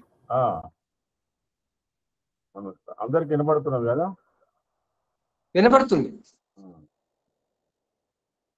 ఇవాళ చాలా వరకు పిహెచ్డి స్టాండర్డ్ ప్రొఫెసర్స్, స్టూడెంట్స్ అంత ఆ స్థాయిలో చర్చ జరిగింది. నేను వింటున్నాను మధ్య మధ్యన. కానీ నిత్య జీవితంలో ఎలా ఉపయోగపడుతుంది అనేది ఒక కామన్ మ్యాన్, హౌ ఆస్ట్రాలజీ ఒక కామన్ మ్యాన్ ఆర్థిక పరిస్థితికి ఎలా ఉపయోగపడుతుందని. అది మనం అంత ఒకేసారి కార్పొరేట్ బిజినెస్కి వెళ్ళిపోయినాం, సరే అవన్నీ అవసరమే, అవన్నీ మనం కామన్ మ్యాన్ కాదండి, మన ఇండివిజువల్ గా మన వ్యక్తిగత జీవితంలో మన డే టు డే లైఫ్ లో ఆర్థిక పరమైనటువంటి విషయాలలో జ్యోతిష్ శాస్త్రం ఎలా. ఎందుకంటే ఒక చిన్న ప్రశ్న, ఒక బిచ్చగాడు ఏమయ్యా ఈ రోజు నేను బయటికి వెళుతున్నాను, ఈ రోజు నాకు బిచ్చం దొరుకుతుందా, అదొక ప్రశ్నే, అది ఆర్థిక పరమైంది. వాడు బిచ్చం అంటే వాడు డబ్బాని అడగొచ్చు, ఏదన్నా అడగొచ్చు. అట్లాగే ఒకే మార్కెట్లో పోటీగా రెండు కమోడిటీస్ అమ్మేవాళ్ళు ఉంటారు. ఒకటికి తొందరగా అయిపోతుంది, ఒకటికి తొందరగా వాడికి అమ్మడమే కాదు. అలాంటి తారతమ్యాలను మనం ఆర్థిక శాస్త్ర దృక్పథంతో, అంటే జ్యోతిష్ శాస్త్ర పరిజ్ఞానాన్ని ఆర్థిక పరమైన దృక్పథంతో ఆలోచిస్తున్నప్పుడు కొంత మనం ఫస్ట్ వ్యక్తిగతం దానికి పోదాం, తర్వాత మార్కెట్, సరౌండింగ్ ఏరియా, ప్లేస్, అదంతా తర్వాత, ఇంకా అవన్నీ రాసులు నక్షత్రాలకు సంబంధించింది. అయితే ముఖ్యంగా దినదినాభివృద్ధి అని ఒక మాట మాట్లాడతాం మనం. దినదినాభివృద్ధి జరుగుతున్నదండి అంటే, దినదినం అభివృద్ధి అంటే మరి ఆ దినదినానికి ఏ విధమైన అభివృద్ధి జరుగుతున్నది అనే విషయంలో ముఖ్యంగా చంద్రుడు ప్రధానమైన కారకుడు వ్యక్తిగత ఆర్థిక పరమైన విషయాలకు కానీ, వ్యవస్థాపరమైన విషయాలకు కానీ, దేనికే కానీ. ఎందుకంటే చంచలాయే నమః, ఆ లక్ష్మీదేవికి చంచలత్వం ఉన్నది, ఈ చంద్రుడు కూడా చంచలత్వం ఉన్నది, ద్రవ్యానికి చంచలత్వం ఉన్నది. అది ఎప్పుడు ఎవరి దగ్గర జమ అవుతుందో, ఎప్పుడు ఎవరి దగ్గర ఉంటుందో, ఎక్కడ పోతుందో ఇదమిత్తంగా చెప్పలేని స్థితి. కాబట్టి ఇక్కడ ప్రధానంగా ఈ 9 గ్రహాలలో చంద్రుడి యొక్క ప్రాధాన్యతనే ఎక్కువగా ఉంది. అంటే అది ఒక కామన్ మ్యాన్ దృష్టిలో పెట్టుకొని చెప్తున్నానండి. కామన్ మ్యాన్, వాడు మామూలు ట్యాక్సీ డ్రైవర్ కావచ్చు, ఆటో డ్రైవర్ కావచ్చు, లేదా బిచ్చం అడుకునేవాడు కావచ్చు, ఇంకేదో రకమైన వాడు కావచ్చు, వాడి దినదినాభివృద్ధికి, అంటే తనకు అభివృద్ధి పక్కకు పెట్టండి, తన భృతి ఏ విధంగా నడుస్తుంది అనే దాంట్లో చూస్తే చంద్రుడు అయినంత వరకు ఆర్థిక ప్రయోజనాలను, ఆర్థిక పరమైన విషయాలకు ఆయన చాలా సహకరిస్తాడండి. మనం అడిగినా అడగకుండా ఆయన పని అది. ఖాళీ ప్లేట్ పెట్టుకుంటే అన్నం వాడు పెట్టిపోతాడు అన్నట్టు. అట్లా ఎట్లా అంటే వ్యక్తిగత జాతకంలో ఎవరికే కానీ చంద్రుడు తన జన్మరాశిలో తిరుగుతున్నప్పుడు తప్పకుండా ఆర్థిక పరమైన ప్రయోజనాలు వాడికి లభిస్తాయి. సంపాదించడము ఏదో రకంగా వాడికి కంఫర్ట్స్ వస్తాయి.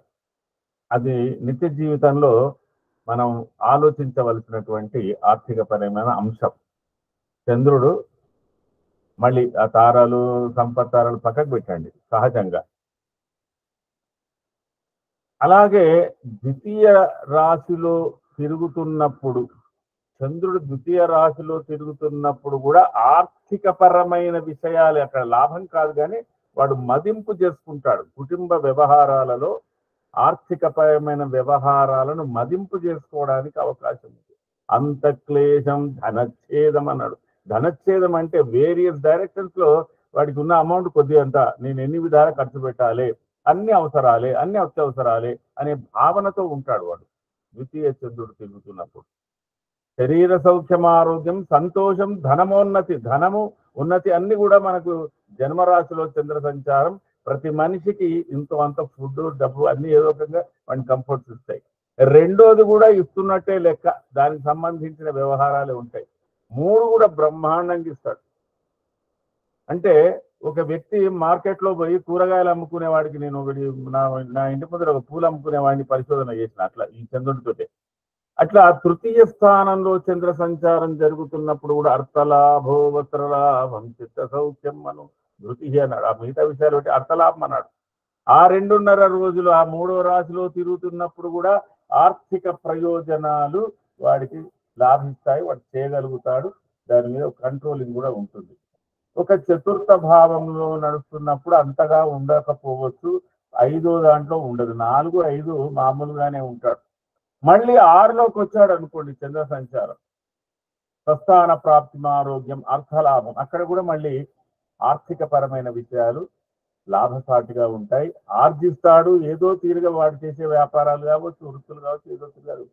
7వ స్థానంలో చంద్ర సంచారం కూడా ఇంచుమించుగా ద్రవ్యానికి సంబంధించిన విషయంలో కంఫర్ట్ ఇచ్చేవాడే ఉన్నాడు.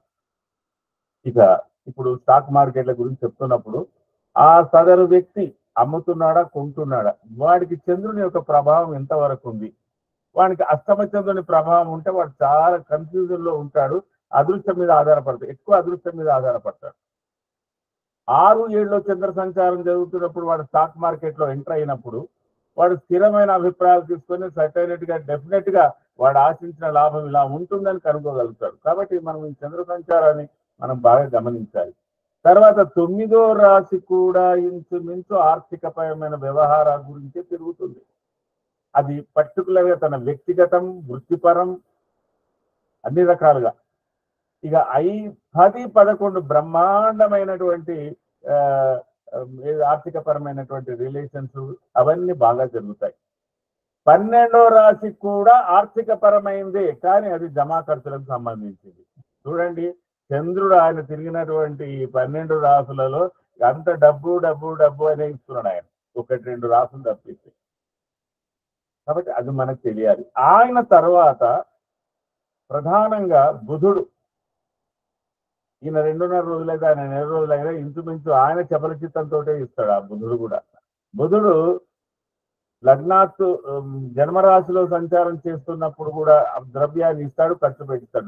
ద్వితీయ స్థానంలో బుధ సంచారం జరుగుతుంది. బుధుని మర్చిపోతున్నారు చాలా మంది, చుట్టూ బుధుని పట్టుకోండి. జ్యోతిష్యులు అందరూ బుధుని పట్టుకుంటే చాలా మంచి పనులు ఉంటాయి. అయితే 2వ రాశిలో బుధ సంచారం జరుగుతున్నప్పుడు కంప్లీట్ గా ఆర్థిక పరమైనటువంటి విషయాలలో స్టెబిలిటీ అనేది వాడికి ఆ 4 రోజుల కార్యక్రమంలో ఇంచుమించు వచ్చే అవకాశం ఉంటుంది. తృతీయంలో కూడా కొంతవరకు ఉంటుంది. మళ్ళీ చతుర్థం బ్రహ్మాండం, సబుద్ధిర్బంధు సన్మానం, శ్రీహంబ మాతృ సౌఖ్యంత ధనధాన్య నవధాన్య వివర్ధనం, అంటే అన్ని రకాల వేరియస్ డైరెక్షన్స్ లో వేరియస్ డెవలప్మెంట్స్. మనకు చంద్రబలంతో పాటు బుధను బలం కూడా చతుర్థ స్థానంలో తిరుగుతున్నప్పుడు మార్కెట్ లో వాడు బ్రహ్మాండమైనటువంటి అథారిటీ, డిక్టేటర్షిప్ చేయగలుగుతాడు. షేర్ మార్కెట్ లో చతుర్థ బుధుడు తిరుగుతున్నప్పుడు వాడు బ్రహ్మాండమైన ఇన్వెస్ట్మెంట్ చేయగలుగుతాడు, గెయిన్ చేయగలుగుతాడు. అది కూడా ఉంది. కానీ నిత్య జీవితంలో కూడా అవి మనకు అక్కడ పడుతుంటాయి. 5 అక్కడ పెడితే 6వ స్థానంలో బుధుడు తిరిగినా, 6వ స్థానంలో కుజుడు తిరిగినా, 6వ స్థానంలో రవి తిరిగినా, 6వ స్థానంలో ఎవరు తిరిగినా కూడా ఇంచుమించు గోచారంలో అందరూ డబ్బిచ్చేవాళ్ళు. ఇది గమనించుకోండి. ఒక్క శుక్రుడు తప్ప, ఒక శుక్రుడు 6వ స్థానంలో ఇవ్వడండి, అది గుర్తుపెట్టుకోండి.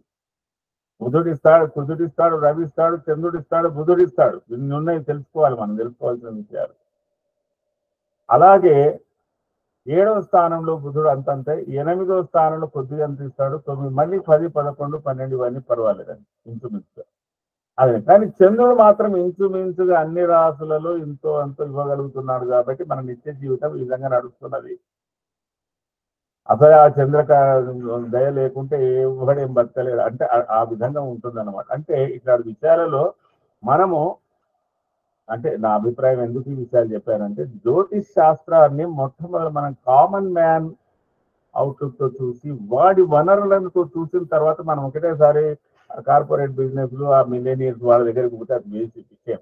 ఎందుకంటే అంత నాలెడ్జ్ అయితే నాకు లేదు కానీ చెప్తున్నా మొదలు కామన్ మ్యాన్ ఎట్లా బతుకుతున్నాడు కామన్ మ్యాన్. ఎందుకంటే మా ఇంటి ముందర సరిగ్గా వాడు ఎప్పుడు తెల్లవారుజామున వెళ్తాడు పూలు అమ్ముకునేవాడు ఓ సైకిల్ మీద పోతాడు సరిగ్గా వాడు 1:30కు ఆ చెట్టు కింద వచ్చి నిలబడతాడు.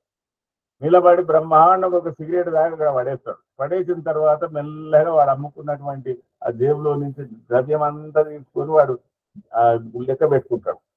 అన్ని 10 నోట్లే కనబడుతున్నాయి నాకు దాంట్లో. ఇప్పుడు అంటే ఇప్పుడు ఎక్కువ కామన్ గా 10 రూపాయల నోటే తిరుగుతుంది కదా.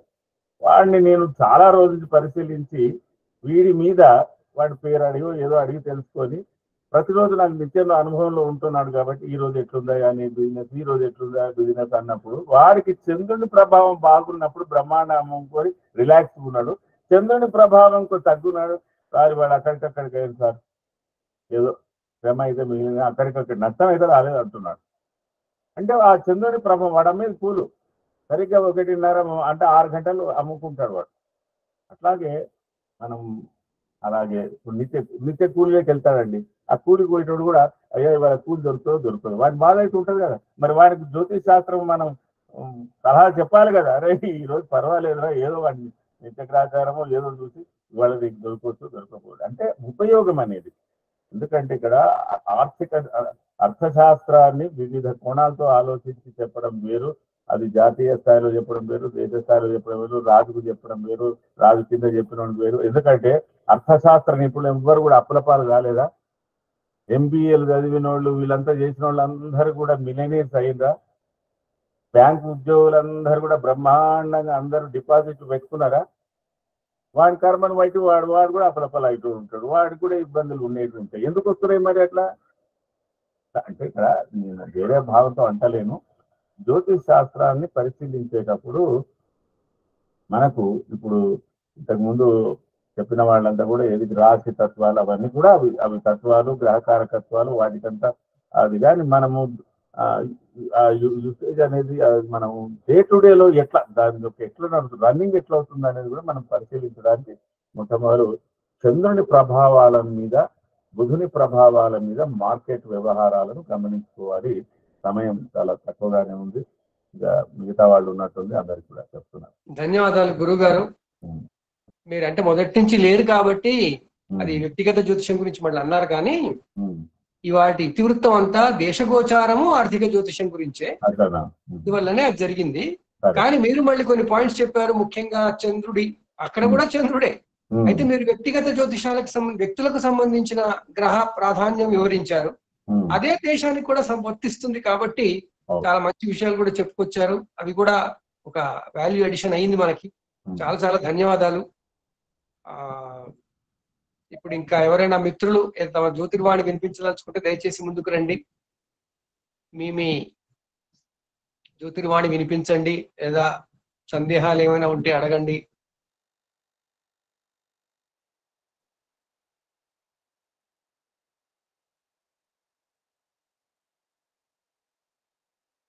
ఇది దేశగోచారము లేదా మేదిని జ్యోతిషము లేదా ముండేన్ ఆస్ట్రాలజీ అనే విభాగంలో అత్యంత ప్రాధాన్యత సంతరించుకున్న విభాగం.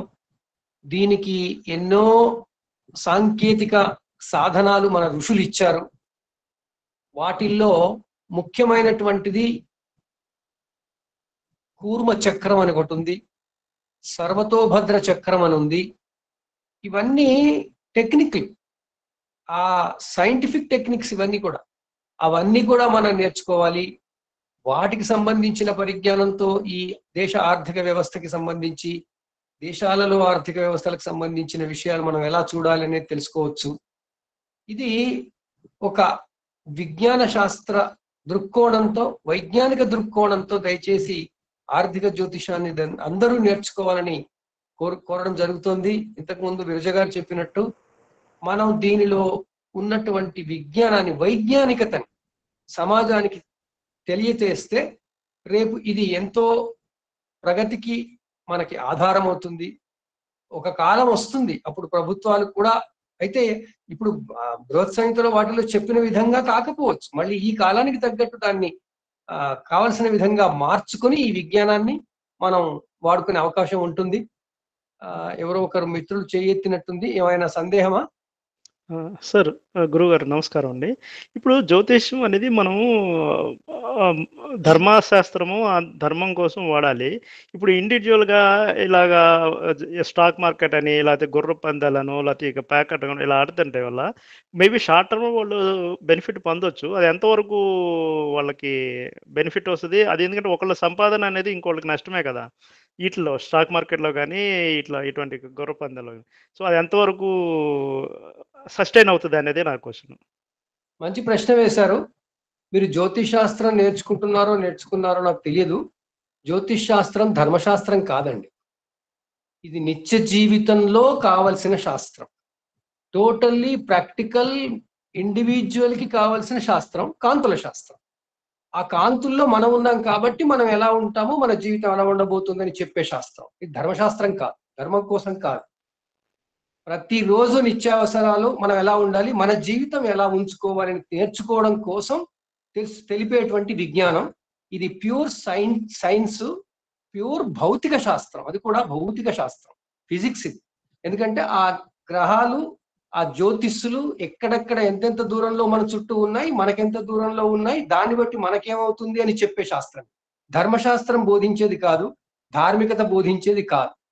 రెండవది, ఈ స్టాక్ మార్కెట్లు వాటిల్లో వీటిల్లో వాడినట్టయితే ఎవరి సంపాదన వాళ్ళకి, ఈ సంపాదన ఎలాంటిది అనే దానికి ధర్మశాస్త్రాలు ఉన్నాయి. ధర్మశాస్త్రాల్లో ఏం చెప్పారు, ఏది ధర్మ సంపాదన, ఏది ధర్మ మార్గంలో సంపాదన అనేది వాళ్ళు నిర్వచించారు. సో దాని ప్రకారమే జీవించాలి మనం. ఈ శాస్త్రాన్ని వాడుకోవడం అనేది మన చేతిలో. ఇప్పుడు నేను చెప్పుకొచ్చింది ఏమిటంటే, ఈ కాలంలో ఈ విజ్ఞానాన్ని దీనికోసమే వాడుతున్నారు. ఈ దీనికోసం ఇంతగా వాడుతున్నప్పుడు దీని యొక్క వాడకాన్ని, దీన్ని ఉపయోగించడాన్ని మనం ఇంకా ఎందుకు ఎక్కువ విస్తరించకూడదు? ఎన్నో తెలియని విషయాల మీద దీన్ని ఎందుకు విస్తరించి అన్వయించి మనం ఎందుకు వాడుకోకూడదు అని ప్రశ్న ఇక్కడ. మన నిత్య జీవితంలో, దేశ ఆర్థిక ప్రణాళిక రచనలో జ్యోతిష్ శాస్త్రాన్ని వాడొచ్చు. అది ఆర్థిక జ్యోతిషాన్ని వాడొచ్చు.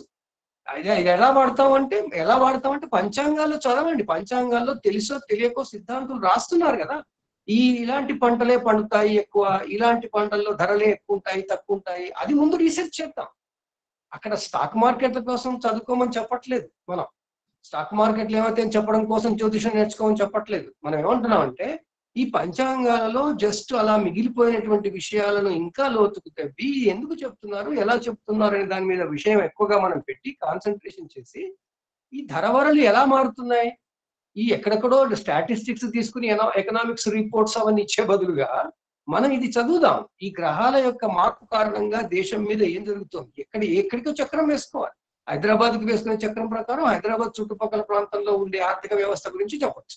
ఆ విధంగా అలాంటి ధోరణితో మనం ఈ ఆర్థిక జ్యోతిషం, ఫైనాన్షియల్ ఆస్ట్రాలజీని నేర్చుకునే దిక్కుగా మనం అందరి ఆలోచనలను ప్రేరణ చేయడం కొరకు మనం చర్చ చేస్తున్నాం. ఇది ధర్మశాస్త్రం కాదు, జ్యోతిష్ శాస్త్రం అచ్చమైన దైనందిన జీవన విధానానికి అవసరమయ్యే శాస్త్రం. అదే మన వాళ్ళు ఇచ్చారు, దానికి ప్రాముఖ్యత ఇచ్చారు. అది మనం అర్థం చేసుకోవడంలో మారిపోయింది. అదే మీరు అన్నట్టుగా మీరొక్కరే కాదు, మీలాగా కోటాను కోట్ల మందికి ఇది కేవలం ఒక ట్రెడిషనల్, అదేమంటాం, ప్రాచీన విజ్ఞానమే కాదు, అసలు ధర్మశాస్త్రాలకు సంబంధించింది అనుకుంటున్నారు. అసలు ధర్మశాస్త్రాలకు సంబంధించింది కానీ కాదు. దీన్ని నేర్చుకున్నాక ధర్మం తెలుసుకోవడం కోసం ధర్మశాస్త్రాలకు వెళ్తాం. మళ్ళీ అవి పెద్ద సోషల్ సైన్సెసే. వాటి మీనింగ్ కూడా ఇంకా మనకు పూర్తిగా తెలియట్లేదు. సో ఈ కొత్తదనం వాటి లోపల ఉన్న అసలైన విజ్ఞానాన్ని మనం వెలికి తీయాలన్న ఉద్దేశంతో మనం ఈ విధంగా చర్చించుకుంటున్నాం. ఓకేనా? ధన్యవాదాలు గురుగారు. ఇంకా ఎవరైనా మిత్రులు ఏమైనా చెప్తారా? నమస్కారం గురుగారు. చెప్పండి. ఇది ఇందాకలా మీరు చెప్పారు కదా, ఆదాయ వ్యయాల గురించి చాలా బాగా చెప్పారు. అంటే ఆదాయ వ్యయాలంటే జనరల్ గా మన వ్యక్తిగత దీని గురించి కాకుండా మనం ఏం ఎర్న్ చేస్తున్నాం, ఏంటి ఈ సంవత్సరంలో మనం ఏం నేర్చుకున్నాము, ఎంత మనం దీని పరంగా అయింది బాగా చెప్పారు. ఇందాక ఒక మిత్రుడు మన అతను చెప్పారు, అంటే చంద్ర గోచారం రీత్యా డైలీ కామన్ మ్యాన్ గురించి కూడా అంత బ్రీఫ్గా అనలైజ్ చేస్తున్నారు. అదొకటి నచ్చింది నాకు. నెక్స్ట్ ఒక చిన్న సందేహం, ఈ కందాయ ఫలాల గురించి కొంచెం ఇందా చెప్పారు, ఒక్కసారి చిన్న షార్ట్ దీంట్లో చెప్పగలరా? అంటే ఏ రకంగా మనం చూసుకుంటాము? కందాయ ఫలాల గురించి మనం ఇంతకుముందు అనుకున్నాము, దాని ఆర్టికల్ కూడా మన గ్రూప్ లో పెట్టాను. అది ఏంటి అంటే, ఒక వ్యక్తికి ఏ వ్యక్తికి అయితే ఏ రాశితో ఏ నక్షత్రంతో సంబంధం ఉందో, అంటే వేటి కారణంగా ఈ వ్యక్తి ఇక్కడ ఉన్నాడు భూమి మీద, ఆ వ్యక్తికి ఆ సంవత్సరంలో ఆ నక్షత్రాలు ఆ రాశుల్లో అతనికి ఆరోగ్యం ఎలా ఉండబోతోంది అన్న విషయంగా సూచనలు. అవి ఆది భౌతికము, ఆధ్యాత్మికము, ఆది దైవికము, ఈ 3 తాపత్రయాలకు సంబంధించిన విషయాలు ఒక షార్ట్ ఫామ్ లో వాళ్ళు క్యాలిక్యులేషన్స్ కు తీసుకువచ్చి సిద్ధాంతంలో ఋషులు మనకి ఒక విధానం ప్రకటించారు. ఇది ఆ కాలంలో వాళ్ళు నేర్చుకున్న షార్ట్ కట్. ఇప్పుడు అప్లికేషన్స్ ఇవన్నీ చేసుకోవడం అనేది ఏ కాలంలో ఆ కాలం వాళ్ళు చేసుకుంటారు. ఇవాళ మనం చేసుకునే విధానం వేరు, అప్పటి వాళ్ళ విధానం వేరు. వాళ్ళు అప్పుడు ఏం చేశారు, ఈ నక్షత్రం వాళ్ళకి, ఈ రాశి వాళ్ళకి ఈ సంవత్సరపు గ్రహస్థితి ఇలా ఉంటే వాళ్ళకి ఆరోగ్యం ఎలా ఉండబోతోంది అని ఒక సూచన ఇచ్చుకోవడం కోసం కందాయ ఫలాలు అని ఇచ్చారు. కందాయం అంటే నక్షత్రములు ప్రసాదించినది అని అర్థం. అదే ఆరోగ్య విషయంలో తీసుకుంటారు. దాంట్లో ఆ క్యాలిక్యులేషన్స్ ద్వారా నెంబర్స్ వస్తాయి. ఆ నెంబర్స్ అన్ని సింగిల్ డిజిటే వస్తాయి 9లోగా. ఆ 9లో 0 రావచ్చు. 0 వస్తే అది పైన మధ్య వరుసలో పై వరుసలో కింది వరుసలో 0 వస్తే ఏమిటి అనే విషయంగా సూత్రాలు ఇచ్చారు. ఇదంతా పంచాంగ గణితంలో ఎన్నో విషయాలలో వాళ్ళు కొన్ని షార్ట్ కట్స్ సూత్రాలు చేసేసి మ్యాథమెటిక్స్ ద్వారా చెప్పే ప్రయత్నం చేశారు. అలా చేసిన వాటిల్లో మనకు ఉండేది ఆదాయ వ్యయాలు, పూజ్యావమానాలు, కందాయ ఫలాలు, ఈ విధంగా వచ్చాయి.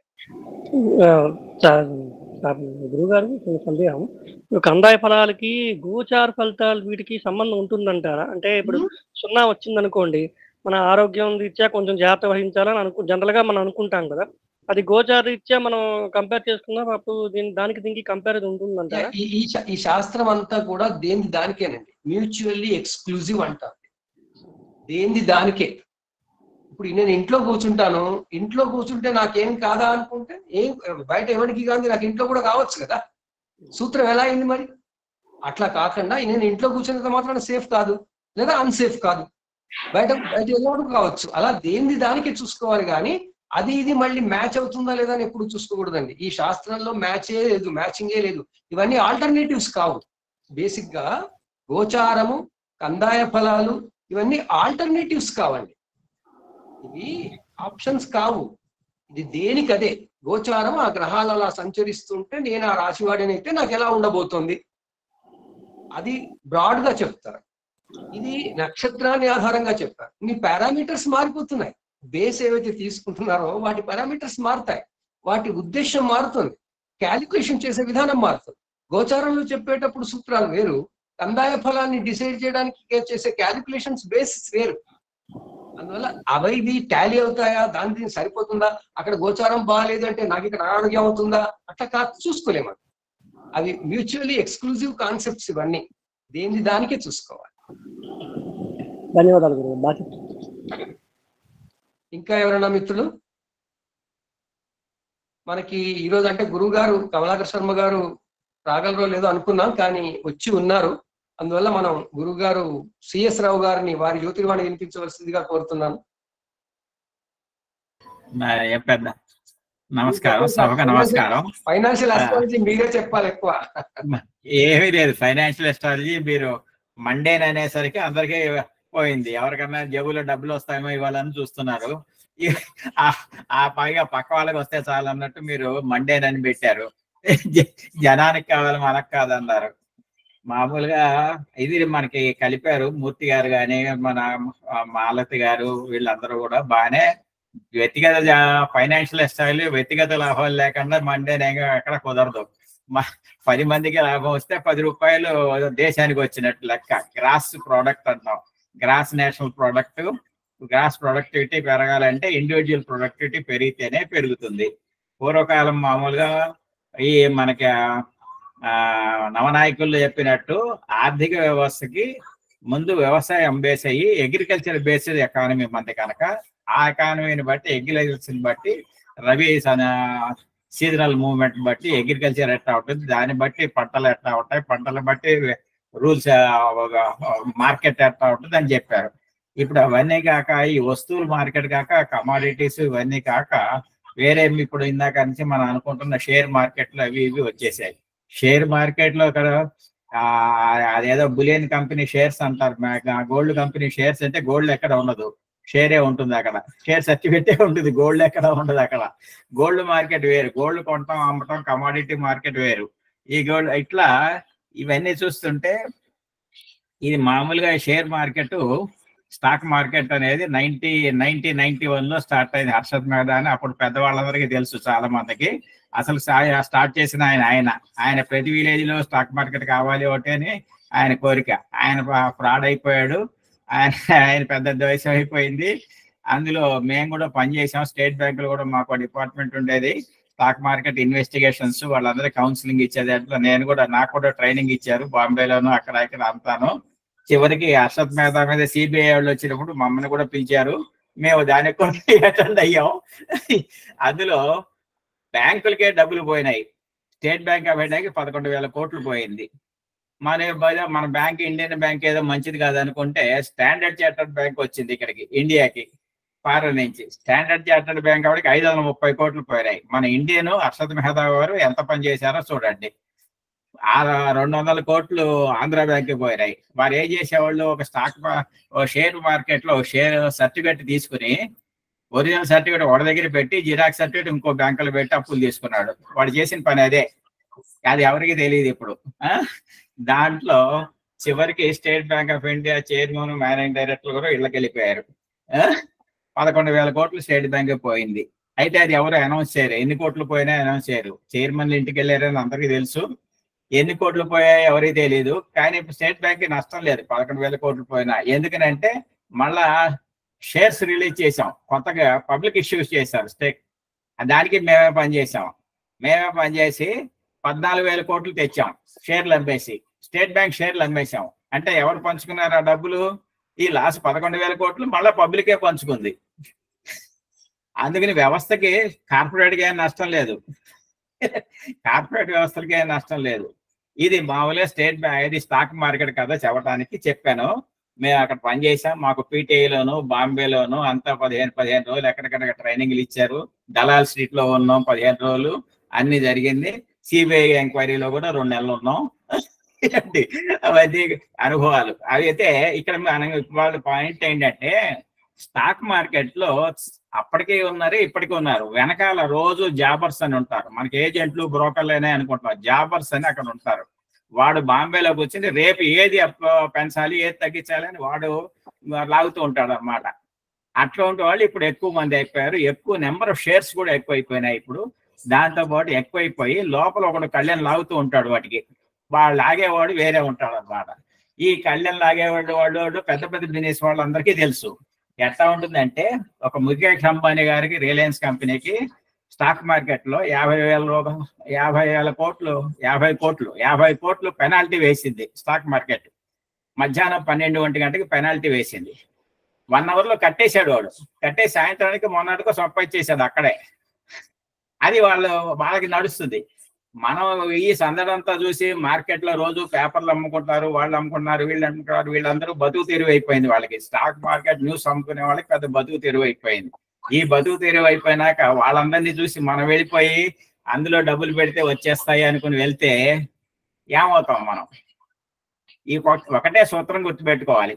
మండే నెస్ట్రాలజీలో వాతావరణ సూచన రేపు వానలు వస్తాయన్నాం. నా పొలంలో వాన పడుతుందా పడదా? పడితే నష్టమా కష్టమా? నాకు మంచిదే. అది ఎవడు చెప్తాడు? వ్యక్తిగతం.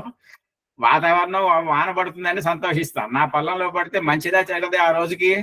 అది ఎవడు పడుతుందో లేదో, పడితే మంచిదా చెడ్డదా అది నా సంగతి అని. అట్లాగే స్టాక్ మార్కెట్ లో ప్రతిరోజు గెలిచే వాళ్ళు ఉంటారు, ఓడిపోయే వాళ్ళు ఉంటారు.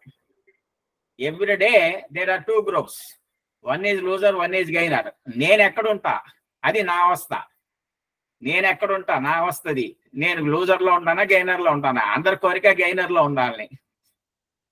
దానికి సలహా ఇచ్చేవాడు ఎస్ట్రాలజర్ కావాలి. వాళ్ళ విరజ గారు చెప్పినట్టు గవర్నమెంట్ ఎవరు వినరు, గవర్నమెంట్ సంగతి వదిలేయండి.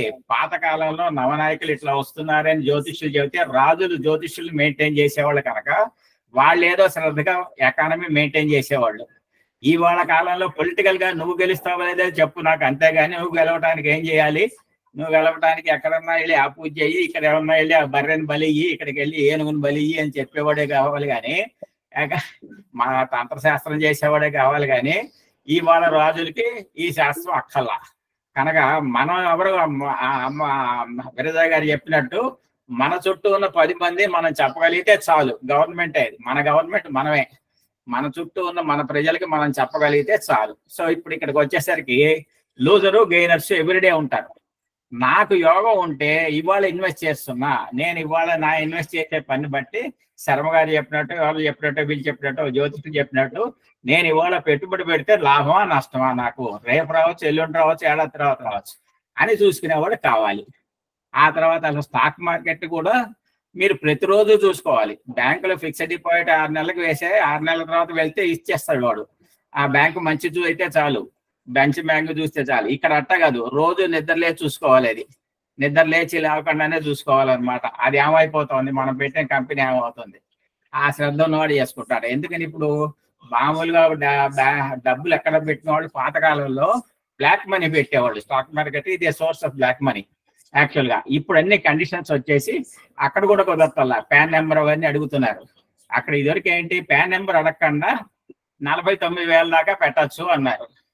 ఆ రోజుల్లో బ్లాక్ మనీ అంతా అక్కడికి వెళ్ళేది. కావాలి వాళ్ళే తీసేసారు. గవర్నమెంట్ కి బ్లాక్ మనీ లాగడానికి సర్క్యులేషన్ లోకి అట్లా పెట్టారు. అది పెట్టినప్పుడు బయట గోల్డ్ రేట్లు పెరిగితే స్టాక్ మార్కెట్ లో రేట్స్ తగ్గిపోతుంది, స్టాక్ మార్కెట్ అయితే గోల్డ్ రేట్ పెరుగుతుంది. అట్లా లింక్ ఉన్నది కమోడిటీ మార్కెట్ లో నెట్టికి. ఇది స్టాక్ మార్కెట్ గురించి ప్రతిరోజు మనవాడు ఎక్కడ ఉన్న వాళ్ళకి మన ఎస్ట్రాలజర్ చెప్పుకుంటే, ఈ వ్యక్తిగత జాతకం చెప్పుకుంటే దేశీయోచారం అదే బాగుపడుతుంది. ఇక హార్స్ రేసెస్ ఉంది, అట్లాగే ఇందాక ఎవరో కూడా అన్నారు ఆ ధర్మం అధర్మం అన్న, ఇవన్నీ యుగ ధర్మాలు. ఇవన్నీ హార్స్ రేసెస్ లైసెన్స్ ఎందుకు ఇచ్చారు గవర్నమెంట్, అది అధర్మం అయితే లైసెన్స్ కింద ఇవ్వాలి. నిన్నేదో బెంగళూరులో పార్టీ జరిగింది, అది లైసెన్స్ ఇవ్వకుండా పార్టీ ఎక్కడ జరిగింది, దాని మీద ఇప్పుడు అన్ని ఎందుకు అంత బతుకుతూనే ఉంటారు. హర్షద్ మెహతా కేసులో ఫారెన్కి వెళ్ళి వచ్చిన వాళ్ళు సిబిఐ ఆఫీసర్లు 3 మంది బాగుపడ్డారు, ఇళ్ళు కట్టుకున్నారు ఎంక్వైరీలో. అంతే, అట్లా ఎంతో మంది బాగుపడుతుంటారు. ఇట్లా చెప్పాలి చాలా ఉన్నాయి. ఇప్పుడు మళ్ళీ సమయం లేదు. నేను బంద్ చేశాను హార్స్ రేసెస్ కూడా, నేను బంద్ చేశాను. అష్ట కొరకు పెట్టి హార్స్ రేసెస్ కూడా నెంబర్లు చెప్పాను నేను ఏడాది పాటు. ఫర్ యువర్ ఇన్ఫర్మేషన్ ఏంటి, అందులో కూడా చెయ్యొచ్చు, జ్యోతిష్యం చెయ్యొచ్చు, క్వశ్చన్ లేదు. తప్ప ఒప్ప అనే సంగతి వేరు, కానీ ప్రెషర్ ఉంటుంది. సాయంత్రానికల్లా వచ్చి కూర్చుంటారు వాళ్ళు, రేపు అర్ధరాత్రి కల్లా చెప్పాలి వాళ్ళకి. అలా ఉంటాయి ప్రెషర్స్ అన్నమాట. ఇవి చాలా సమయం అయిపోయింది. ఇలా కార్పొరేట్ ఎస్ట్రాలజీ ఇవన్నీ కూడా నేను ఆర్టికల్స్ కూడా రాశాను, మా కాలేజీలో చెబుతున్నారు. అవి నేను ఇచ్చిన ఆర్టికల్స్ ఇప్పటికీ చెబుతారు వాళ్ళు. అది నాకు ఈ అవకాశం ఇచ్చిన గురుగారు కమలాకర్ శర్మ గారు ముగింపు జ్యోతిర్వాణి ఇవ్వాల్సిందిగా కోరుతున్నాను.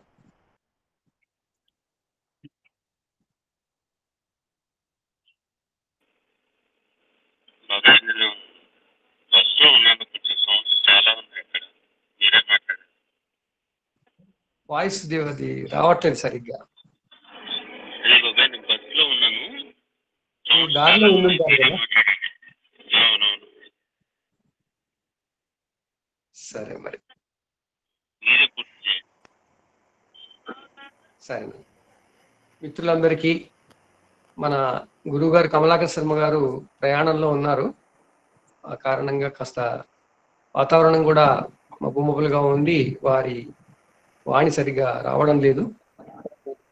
మనం ఈ విషయాన్ని ఈరోజు పెట్టుకోవడానికి ముఖ్యమైన కారణం ఏంటంటే, సమాజానికి, దేశానికి, ఆర్థిక వ్యవస్థకు, మనందరి సామాజిక జీవనానికి అవసరమైనటువంటి విభాగం ఈ విజ్ఞానం.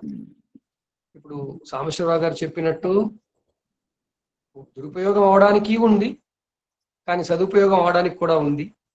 అందువల్ల ఏది అయినా ముందు శాస్త్ర విజ్ఞానం నేర్చుకోవాల్సిన అవసరం ఉంది. మనం ఆ శాస్త్ర విజ్ఞానాన్ని అందరం నేర్చుకుందాం, వైజ్ఞానికతని పూర్తిగా అర్థం చేసుకుందాం.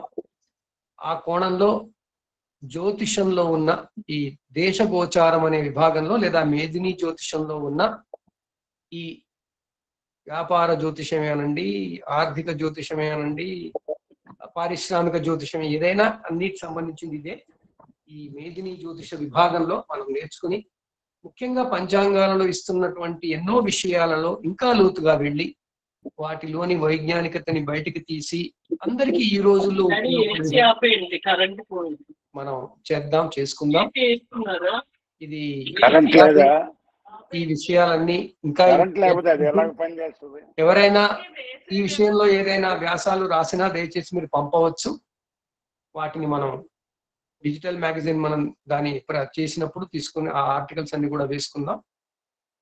అందరికీ ఉపయోగపడే సమాచారం ఇద్దాం, అందరికీ ఉపయోగపడే విజ్ఞానాన్ని అందిద్దాం. ఆ కోణంతో మనం ఈనాటి ఈ జ్యోతిర్వాణి కార్యక్రమాన్ని ముగించుకుందాం. అందరికీ ధన్యవాదాలు. ఈ రోజు తమ జ్యోతిర్వాణి వినిపించిన వక్తలందరికీ కూడా శతకోటి నమస్కారాలు, కృతజ్ఞతలు. ఇచ్చేసినటువంటి మిత్రులందరికీ కూడా హార్దికమైనటువంటి ధన్యవాదాలు. స్వస్తి. ధన్యవాదాలు గురుజీ. ధన్యవాదాలు గురువు.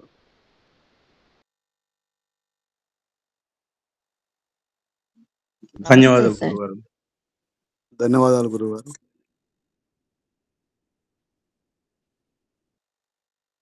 ధన్యవాదాలు గురుగారు. ధన్యవాదాలు గురువు గారు. So thank you sir. ధన్యవాదాలు గురువు గారు. ధన్యవాదాలు. ధన్యవాదాలు గురువు గారు.